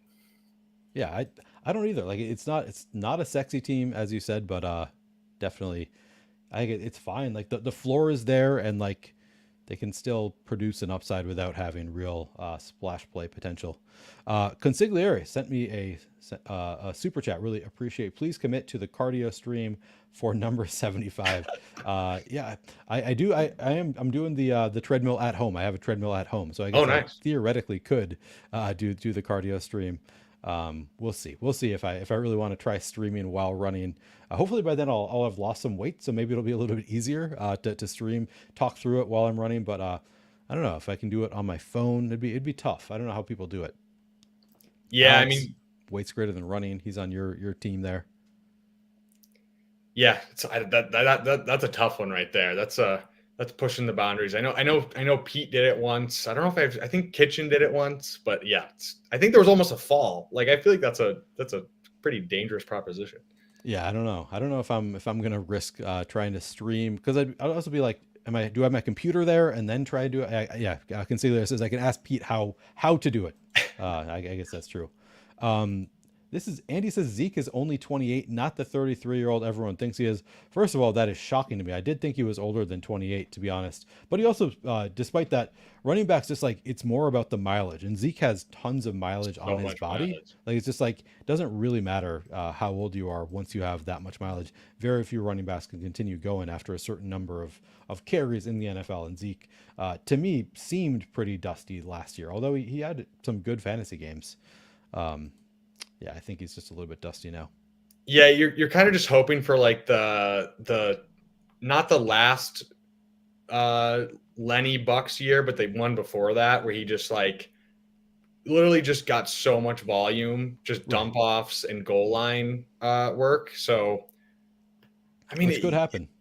it's not like Rico Dowdle is some like they didn't bring in a rookie or anything. It's literally Rico Dowdle who like he's Right. fine, but like he's not a special talent or anything. So um, I didn't think I would be back in on Zeke, but it's such a good landing spot. Like, come on. It is. All right, so we are still sitting with just one tight end, one quarterback. We have Caleb Williams and Mark Andrews at the onesie positions. David Montgomery, James Conner, Nick Chubb, Zeke at running back. All right, it is our turn to pick. I Um, like Polk. you're a Jalen Polk guy. All right, Yeah, I feel like it gives us an out for it another does give us an extra quarterback. out. I haven't drafted a ton of Jalen Polk. Those New England receivers in general, like I don't know what to make of their pecking order in New England. Could be I have no idea who's going to be the wide receiver one there. Could be Polk. Yeah, I'm taking my shots because I'm a big Drake May guy, so I just want it's honestly similar thesis to the Panthers of like we're just baking in that they're just going to be absolutely trash like they were last year, and it's not the same team at all. Right. Um, they brought in a Baker, they brought in Jalen Polk, um, Ramondre was hurt. I think they juiced up their O line a little bit, and obviously bringing in Drake May. So I think both those teams like they might not hit, but if they do hit at the cost they're at, it's just such an asymmetric bet, and I'm just like I'm going to be doing it a lot. I find myself taking a lot of Panthers and a lot of New England just because of the point I just made. So I think I've been taking a good amount of Panthers. I don't even know if that's true. I'm saying it. I'm like I agree with the thesis of like this offense might be a lot better than it was, but I still don't think that I've actually clicked it all that much. I think I'm probably close to even with the field with Deontay Johnson, Leggett. But I love the like late round bet on Bryce. I just haven't been taking the earlier picks as often. Like, so it's just like it rarely makes sense for me to take Bryce because I don't usually have the other Panthers. But maybe it's something I need to force a little bit more. Take those Panthers guys, get the late Bryce stack because I'm with you. Like, I think that it makes a lot of sense as a relatively cheap team bet that has some upside there. What else was I going to I forget what else I was going to respond to. Um, oh yeah, Flatulent says Zeke will be 29 in season, and Rico is going to be 26. I did not realize Rico is that old, but he doesn't He's have the been on the miles, roster. obviously. Yeah, he's just been like hanging around on the roster for like a couple years. It's surprising. Yeah. All right, we are coming up on our pick. And man, there has been a running back run here. Um, I am, well, let's see. So we need one more quarterback. Do we need to take a quarterback yet is a question. We have the New England, New Orleans backstacks, and Minnesota. So we have some options at quarterback left. Oh, JJ McCarthy goes at, okay, Oh interesting. shit. Okay. Um, Um, I I do like like, Burton, but I if we like want to Burton. lock up just one of those quarterbacks, I'm also down for that. I mean, we still have May and Carr outs, right? So We do. We have multiple outs here. We could running also back, we throw could go on Kate Gibson. Otten as our second tight end and then have the Baker out. Um, I'm going to I start say Burton. I say Burton or Gibson. Yeah, I was also going to say we could throw Gibson onto that New England stack if we wanted to as another option. I mean, because I think with this running back room, as gross as it is, I think we can go five. So yeah, Yeah, yeah. Oh, but you yeah, think that now we we'd be got it. good at five? Now we actually have to address quarterback and tight end now. Yeah. So we do have one more out in. Uh-oh. Is Cody going to do it to us? He's going to take. He's gonna kill our dreams. Let's see. What does Cody have? Oh, he already has Lamar and Love. Um, so probably not. Is that him? Yeah, it's him. We could still do the Jawan Johnson, throw him on to our Yeah, New Orleans stack potentially. yeah, Um, I'm definitely down for that. Um, what else do we have? Do we have any other? man, look at these Matthew Stafford ADP 143. We're at pick 168. He hasn't been taken. Baker, Mario's going to do it to us. Mario might be in chat. I know he was in chat the other day. Oh God, this is terrible. I mean, yeah, that's the hard part. Is like these guys. If you don't have a stack, it's like you really just don't really want to take Matthew Stafford unstacked or Yeah. Baker. Yep. So yeah, that's the tough part. And we don't. Yeah, We all could these take guys. Baker and a late Jalen McMillan or something along those lines. Yeah, Um, I feel like we already have. How many? Do we have 8 wide receivers now? we do have a lot of, yeah, we probably are good at wide receiver as long as we can land a quarterback without adding another. Yeah, I Because mean, we also have really strong, I mean, Justin Jefferson, Chris Olave, Nico Collins, Tank Dell as our top four, and Romo Dunze at five. Like, I feel pretty good about our receivers. yeah, I don't. I wouldn't really want to add one unless like we just have no other option. But let's see. We're going to be up in a second, so We are we'll going to see. be up. We'll see what's available. We got some options here. All right, he takes Pop Douglas, so that's another New England guy. We could take Antonio Gibson and still take Drake May. Do you want to go May first and just lock it up, or do you want? What do you want to do? Because we can May push goes it. so late. Like I guess he doesn't go that. No, I Uh, think Gibson is the better bet for our team Gibson because and just yeah. I mean, we still have the car out. I mean, there's so many other quarterbacks that other people should That are take yeah. You're before right. We Drake actually have May. a So shield. You're right. yeah, so I'm like, If we really need to, if we do get sniped on our 2 guys, we can just take a Stafford or a Watson or something and just live with yeah. it. And also, like nobody ever wants to take Derek Carr, and we do have Chris Olave, so we have a couple out And still. Shaheed, yeah. Oh, you're right. I forgot that we had both Olave and Shaheed. Yeah, I was trying to set up the Derek Carr late. I was like, Yeah. So you we've got our outs. We still need one more tight end. yeah. So like, I mean, I'm down for. I think we're done at running back. Yeah, quarterback and tight end. So if on this turn, I say we got to take one quarterback for sure. Yep. I say we go 2 quarterbacks, and well, it's just tough because we're only gonna have. I'm fine going 2 tight end with Andrews. Obviously, it's just like the last round. It's like who's even gonna be there? I guess like, yeah, 17th, Let's and see. then So I don't mind Noah Fant and Mark Andrews as a tight end room. yeah, Jonnu Smith certainly would work. Gesicki, even like Dawson Knox, like doesn't always go drafted, but like lost some target competition this year. Yeah, Tucker Craft, Jatavian Sanders. That's another backstack we could do is Jatavian Sanders with Bryce. Is Bryce still here? Yeah, yeah. Bryce is still there. So that's we've got some options. D- the sneaky Greg Dulcich Bo Nix best. I kind of like Bo Nix this Dude, year, I so kind of I like don't it hate too. that. Yeah. Yeah, we've still got plenty of options. I think I'm probably more team 3 quarterback, 2 tight end for this team. Or sorry, yeah, just one more tight end. Oh yeah, 100%, 100%. I was thinking how far can we push our like do we push our tight end to the last round or do we go cuz it's we like at a certain point like people are just going to stop taking quarterbacks. So we might be Right. able to like push it all the way to the 18th. Let's see. We're going to get one of them here and then Yeah. see what falls back to us. So I think we kind of have to take Drake May because I think probably San Alberto will take him if we Yeah. don't. Although he has 2 quarterbacks already. What other quarterbacks are here? I say we go May. Um, Yeah. I think that makes sense for us. I don't know that I don't think Drake May is going to be starting to begin the year. So we probably want a third, as we've said, we probably want a third quarterback regardless. Man, Tyrone Tracy's still on the board there. I guess it's not that late. This is still before his ADP.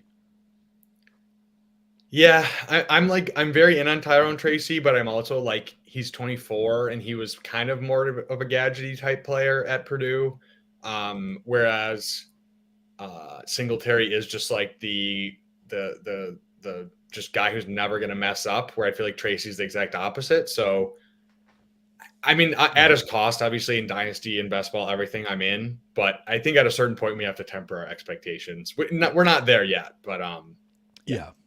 we have to be realistic with what he is and the kind of player he is.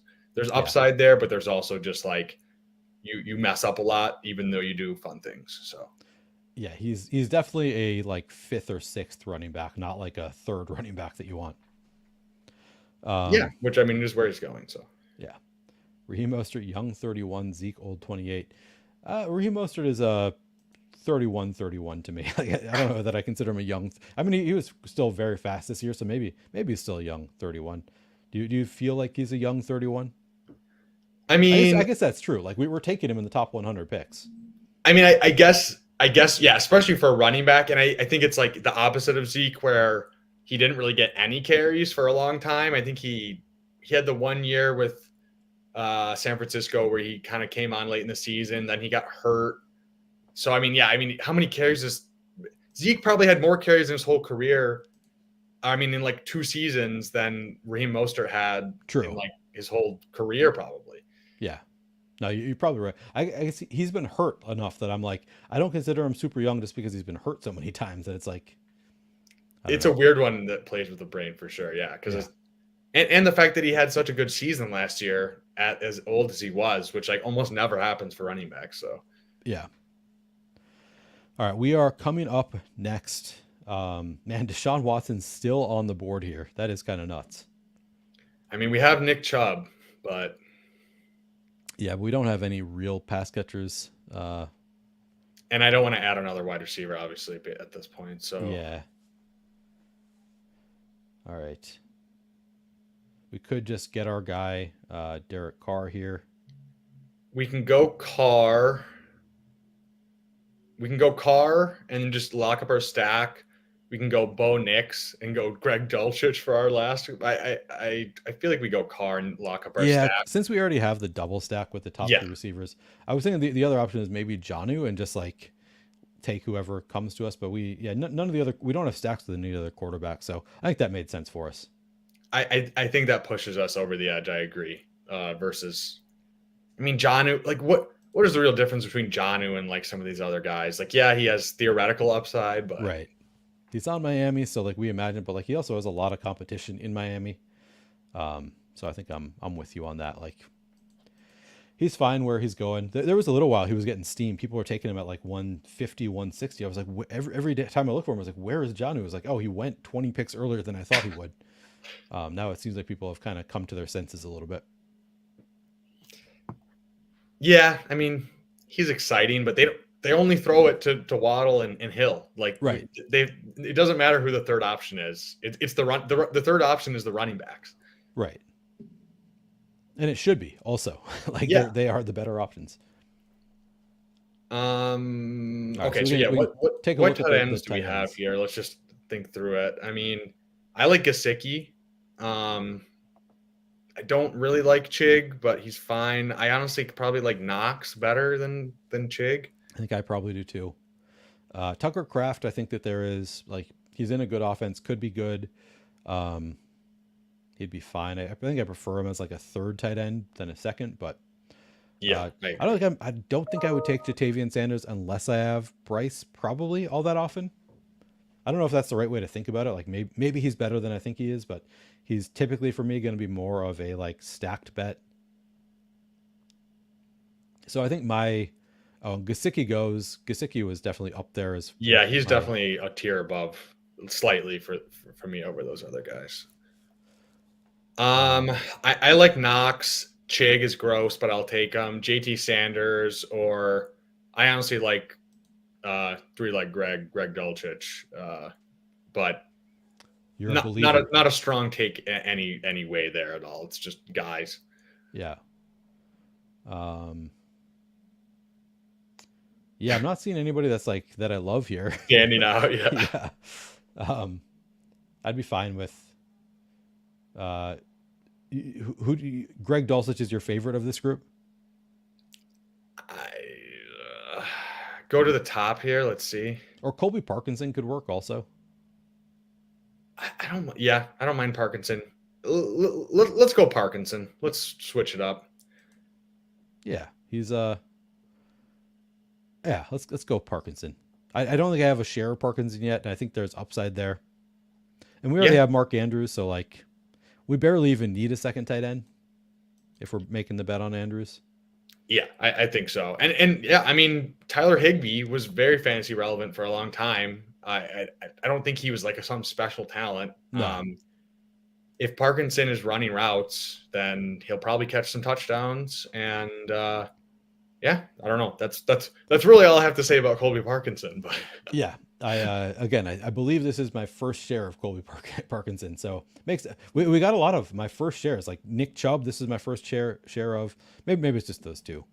But we definitely mixed it up a little bit with the he's also a guy. I saw people talking about like the equivalent of ownership in best ball, where like I don't think Colby Parkinson is drafted in a lot of oh, drafts. definitely not. Um, and so I forget who it was. If it was Leone or who was talking about like the difference between like the pick 190s versus like this 210, 215 range is like maybe like 70-80% versus like almost never drafted, like 5%, 10% drafted. And I think Parkinson might even be lower than that. So if we Yeah. can get some leverage on the field and Colby Parkinson scores 2 touchdowns in week 16 or 17, Yeah. I'm definitely down for it. Yeah. That would be if that's our path to $1.5 million, which would of course just only be $750,000 a piece, since we would be splitting that prize. But if it's our path to $750,000 a piece, I think I'd be okay with that.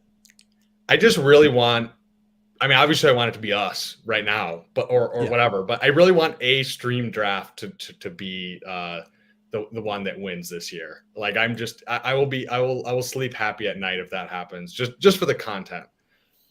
I think my order of preference would be a stream draft that I did by myself because that would be 1.5 million to me. Yeah. Second would be one that I did with somebody else, and I'll take the 750,000. And then after that, it's yeah, I think a stream draft. I think I'm with you. A stream draft. It would be fun to be able to see what was the thought process behind this exact draft. Like how did this happen? Which I don't think we got with Corain, did we? I don't think that draft was actually streamed, No, but he I won don't think so. the 2 Yeah. million. Yeah, that would be fun to have it, and it's more and more likely as more and more of us are doing our streams. But it's still like, what are we getting? Probably 2,000 stream drafts this year out of I don't know how many It's like hundred almost thousand. 700,000. Yeah. Yeah, I guess that's total But that's entrance, not entrance. Yeah, drafts. you're right. Yeah, Divided by so 12. So yeah, whatever. But yeah, still a minuscule number of drafts are actually streamed relative to how many drafts we have in total. Let's read through the teams. All right, so we got On our team, we got Caleb Williams, Drake May, and Derek Carr at quarterback. At running back, we have David Montgomery, James Conner, Nick Chubb, Ezekiel Elliott, and Antonio Gibson. At wide receiver, we have Justin Jefferson, Chris Olave, Nico Collins, Tank Dell, Romo Dunze, Rashid Jaheed, and Jalen Polk, and Jermaine Burton. And at tight end, we have Mark Andrews and Colby Parkinson. Give us a grade. What do you think of this one? Uh I'd say like a B. I feel a little bit gross about our Colby Parkinson as our only tight end too, but I mean we're just betting on Mark Andrews anyways. Some Quarterback dusty running seems backs. gross, but Yeah. they're all stacked, which is perfectly fine with Yep. three guys, one being at pick 90. Running back also seems gross, but it's just like we're going to get production from those guys, and Yep. there's theoretical upside with Demont contingent value, Zeke if Rico Dowdle is just doesn't do anything, and Gibson if Ramondre goes down, and wide receiver is super strong. So I say like like B probably maybe a B plus on a good day. I What think I about you? think that I'm with you. I think that is a fair grade. Like it's not a sexy team by any means, but I think that like it works. It's a team that could advance, could play in the playoffs if the right players go off. But like these running backs, like I guess David Montgomery, James Conner, like there's definitely upside there. I don't feel a ton of upside in these other guys, but Antonio, he's the running back too in that room. If something happens to Ramondre and he's the guy, like could be Zeke, could be. I guess there's upside here. Love our wide receiver room, very very strong. I think. Yeah. Yeah, not the sexiest team, but I think it is a plus EV team. Like I think we made it work with a room that was honestly not that kind to us. Like I feel like every time we started doing a stack, we kind of got sniped. So I think that we made it work in kind of a tough room for what we were trying to do. So Yeah, B, I we'll mean, take it. and tight end, like Mark Andrews alone, doesn't matter who your tight end two is, like it's a strong tight Exactly. end room. Yeah. Quarterback, we cover like three stack quarterbacks, like I don't care who they are. It's a I feel good about it. Yep. And wide receiver feels super strong. Running back, it's like the upside maybe isn't there, but I don't know. I guess maybe I think that's also partially just like we assign upside with rookies and young players, and Youth, it's yeah, like that's true. We kind of, yeah, I think that's a good point. Like we assume more upside in the really young players, whereas like Zeke can have 20 fantasy points in a game. We saw it last year. He had some big games. Like I think you're right about that. you want to go through Alex B. Keaton's team? Yeah, let's go through Alex's team since he streamed with us, or was with us while we streamed. Alex has Kyler Murray and Baker at quarterback. At running back, he has Derrick Henry, Travis Etienne, Marshawn Lloyd, Bucky Irving, and Isaac Garendo. So he goes with the three rookie running backs after the anchor top two. At wide receiver, he has Marvin Harrison, Drake London, Amari Cooper, Xavier Worthy, JSN, Adonai Mitchell, Dontavian Wicks, and Ricky Pearsall. At tight end, he has Brock Bowers, Noah Fant, and Mike Gesicki. So a lot of rookies on this team. As far as stacking goes, he has let's see, Marvin Harrison there.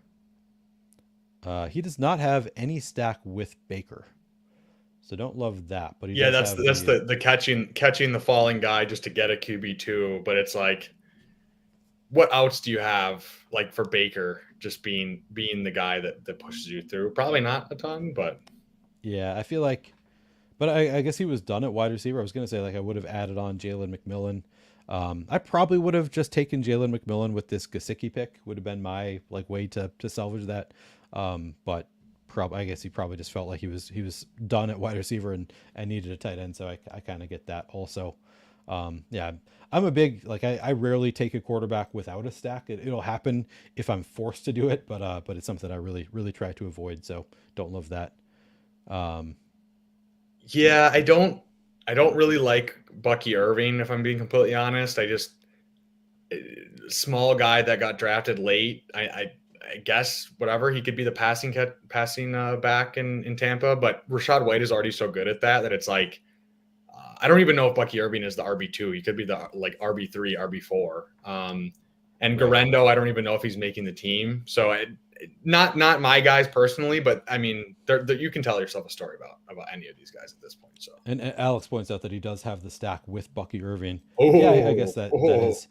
I don't love the quarterback running back stack unless it's like a big time pass catching back, which I guess I don't really know about Bucky Irving. It's I generally I'm much more strongly prefer a quarterback with a wide receiver or a tight end, because it's like from a season long perspective, I get that there's correlation. You make the bet on the team; it's just going to be a good team.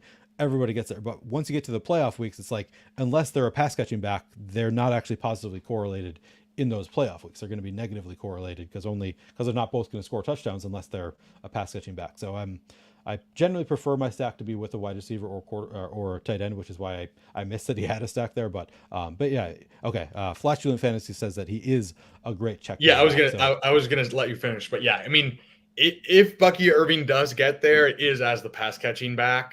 So I guess I you know what, I missed that one. I'm not need to pound more cold brew so I can get the synapses firing to get that correlation. right. Um, yeah, I think that yeah works then. If he is a pass catching back, I guess he works as like a late throw in the stack there. Um, what else was I gonna say? Oh, as far as Bucky goes, yeah, he's one that like Scott Barrett had done a write up on Twitter where he was like, this type of running back has never worked out before, so I don't understand. Like, it's probably not going to work out. But then he kind of came back around, and I've heard other people talk about him like he could be really good. And of course, the landing spot is pretty damn good on Bucky Irving in Tampa as the likely running back too. But as you say, like there's no sure thing. He's one of those rookie running backs. We don't really know what the role is going to be. So yeah, I guess we'll have to. I'm drafting some of him now. He had been a full fade for me. Now that he's in Tampa, and I'm like, he's got a clearer path. I'm drafting some Bucky Irving, but yeah, I don't feel that great about it. But throwing him into the mix a little bit. Yeah, I just feel like I have a blind spot for him. It's not like I hate him, but it's just like I just don't really think he has that much upside. Yeah, but Yeah. All right. I don't think anybody else drafted with us in this one. Bindles, we're gonna have to get you back on the channel since we only got the last two picks of the first draft before we started the second draft. I feel like we need more Bindles drafting on the channel, so we're gonna have to get you back here soon to draft with me again. If you would be up for it, that would be fun. dude, I'm down anytime. I apologize for the missing out the first portion of it. That's my bad for sure. But I do have a question for you before we get Yeah, out of here, though. let's go. What is your take on the week 16 versus week 17 conundrum that's all over the best ball space right now? Yeah, so I'm generally of the opinion that it's really really hard to like plan for those weeks in general. So I'm just going to build for strong structural teams. I think Pat Carrain made the point that I think I agree with, that regardless, like you really need the uber upside in week 17, because week 16 you're only beating a small pod, whereas week 17 you're trying to beat out 400 500, I don't remember the exact number, 500 people in that pod. So week 17 is where you really need the uber upside to really like to maximize your EV, whatever. So I guess in general, I am going to try to do, if you are doing like game stacking, I think game stacking makes more sense for week 17. Maybe the ideal would be you game stack in week 17, get a lot of like dome games in week 16 to get you through. I don't know. I guess the dome is really what you want regardless for ultimate upside. But I think it's really hard to get to the finals. So I think focusing on just like get through by getting there in week 16 is probably going to be my approach, but not focusing on the game stacks in week 16 because you don't need that maximum upside is my general take. How do Yeah, you feel about it? yeah, I agree. Like I don't want to overweigh it, right? Like there's so many things that are spinning around in our head in any one pick that we're doing. So I definitely I'll have a little bit of a weight to it, but I'm not gonna be too forcing it. Yeah, definitely team stacks. I'll still be doing, and then I'm sure I'll have the week 17 schedule memorized tomorrow when it comes out because of how sick I am. But No, it's next week, I think. oh, Isn't is it it next next Wednesday? week? I want to say it's the 15th is when it's coming out. Oh shit. Okay, because I just before when I saw Davis and someone saying that the schedule is coming out. They thought it was coming out today, which is why they were streaming. So maybe I'm off base there, but yeah, Oh, when it does come out, I'll definitely be still week 17 stacking. I feel like week 16 stacking is gonna be not high on my list, so I don't know how much I'll really be doing it. And like you said, like you're not trying to beat as many people, which makes it less important. So yeah, I still think, yeah, like I would love if theoretically like it was easier to week 16 stack, or like it made more sense to do that, but it just doesn't for me. I'm gonna team stacking number one, week 17 stacking, week 16 stacking. I think, yeah, like the way you just broke it down, I feel like more people need to like listen to that, because they're just like, oh well, week 16 is more important now because you just need to make it to the finals. It's like, okay, well, it's a different equation there versus week yeah. 17. So It's just really hard to plan for. It's really hard. Like you don't have that much control over it in general. But yeah, ultimately, like you need that uber ceiling in week 17. Week 16, you just need to beat out. I forget the number of. This is something that I should know, like how many people you need to beat. But also, right now we don't have the schedule yet, so I haven't really started thinking about the weeks. Like what do you need from each week? Because we can't know. Yeah, Alex says that it was May 9th last year. I believe it was originally supposed to be today, and then they like they rescheduled it because there's Christmas Day games, and like the teams didn't love the way the schedule was worked around those Christmas Day games. Some of the teams pushed back, so I think they had to push back is what I heard. I think some of my friends were talking about that. God damn it, NFL! Don't you know there's sickos here waiting for your schedule Exactly. release? What are Come you on. doing, guys? Yeah, and I forget who made the point, but it's like not that many people care this early, other than us sickos. Like we're Literally like, us. It's we like need the damn schedule. Come on. Yeah, it's like 500 people in the whole world that care, and we're just like, what the fuck? yeah, exactly. Yeah, Flashing Fantasy agrees. We got to get Bindles back on the channel. This was a lot of fun, Bindles. Where can people find you? So yeah, Bindles on YouTube, at Bindles90 on Twitter. I'm doing a stream with Ron Stewart, who's a big guy in the ship chasing Big and YouTube dynasty. channel. Yeah, huge YouTube channel. And I've been following him for like 3 or 4 years since he's been a little tiny channel. So definitely a big moment for me. So be sure to come check that out later on tonight. But yeah, thanks so much for having me on, Neil. I promise next time I'll block out my schedule better so I don't get No worries. derailed. But I'm good to just stream by myself too. So yeah, it's not a big issue if you can't make it right on time. Glad that you were able to make it eventually. You said you're doing the stream with Ron on your channel or his channel tonight? on my channel Okay. tonight at 7 p.m. Eastern Standard Time. Okay. So in real America time, 6 p.m. Go check out Bindles' channel. And you're of course Canadian, so real America time doesn't mean anything to you. Yeah, I'm from Detroit Oh, originally. you are? Okay, I didn't realize that. Split time between the two. So yeah, it's well, still a Midwestern boy at heart. So Nice. Yeah, go check out Bindles. Of course, the link to Bindles' YouTube channel should also be in the description of this video, so you can find him there. And so go subscribe to Bindles' YouTube channel. Also join the Flannelverse Discord before you check out for the night. And of course, like the video, subscribe to my YouTube channel as well. Would appreciate that. Thank you all very much for hanging out with us, and catch you next time.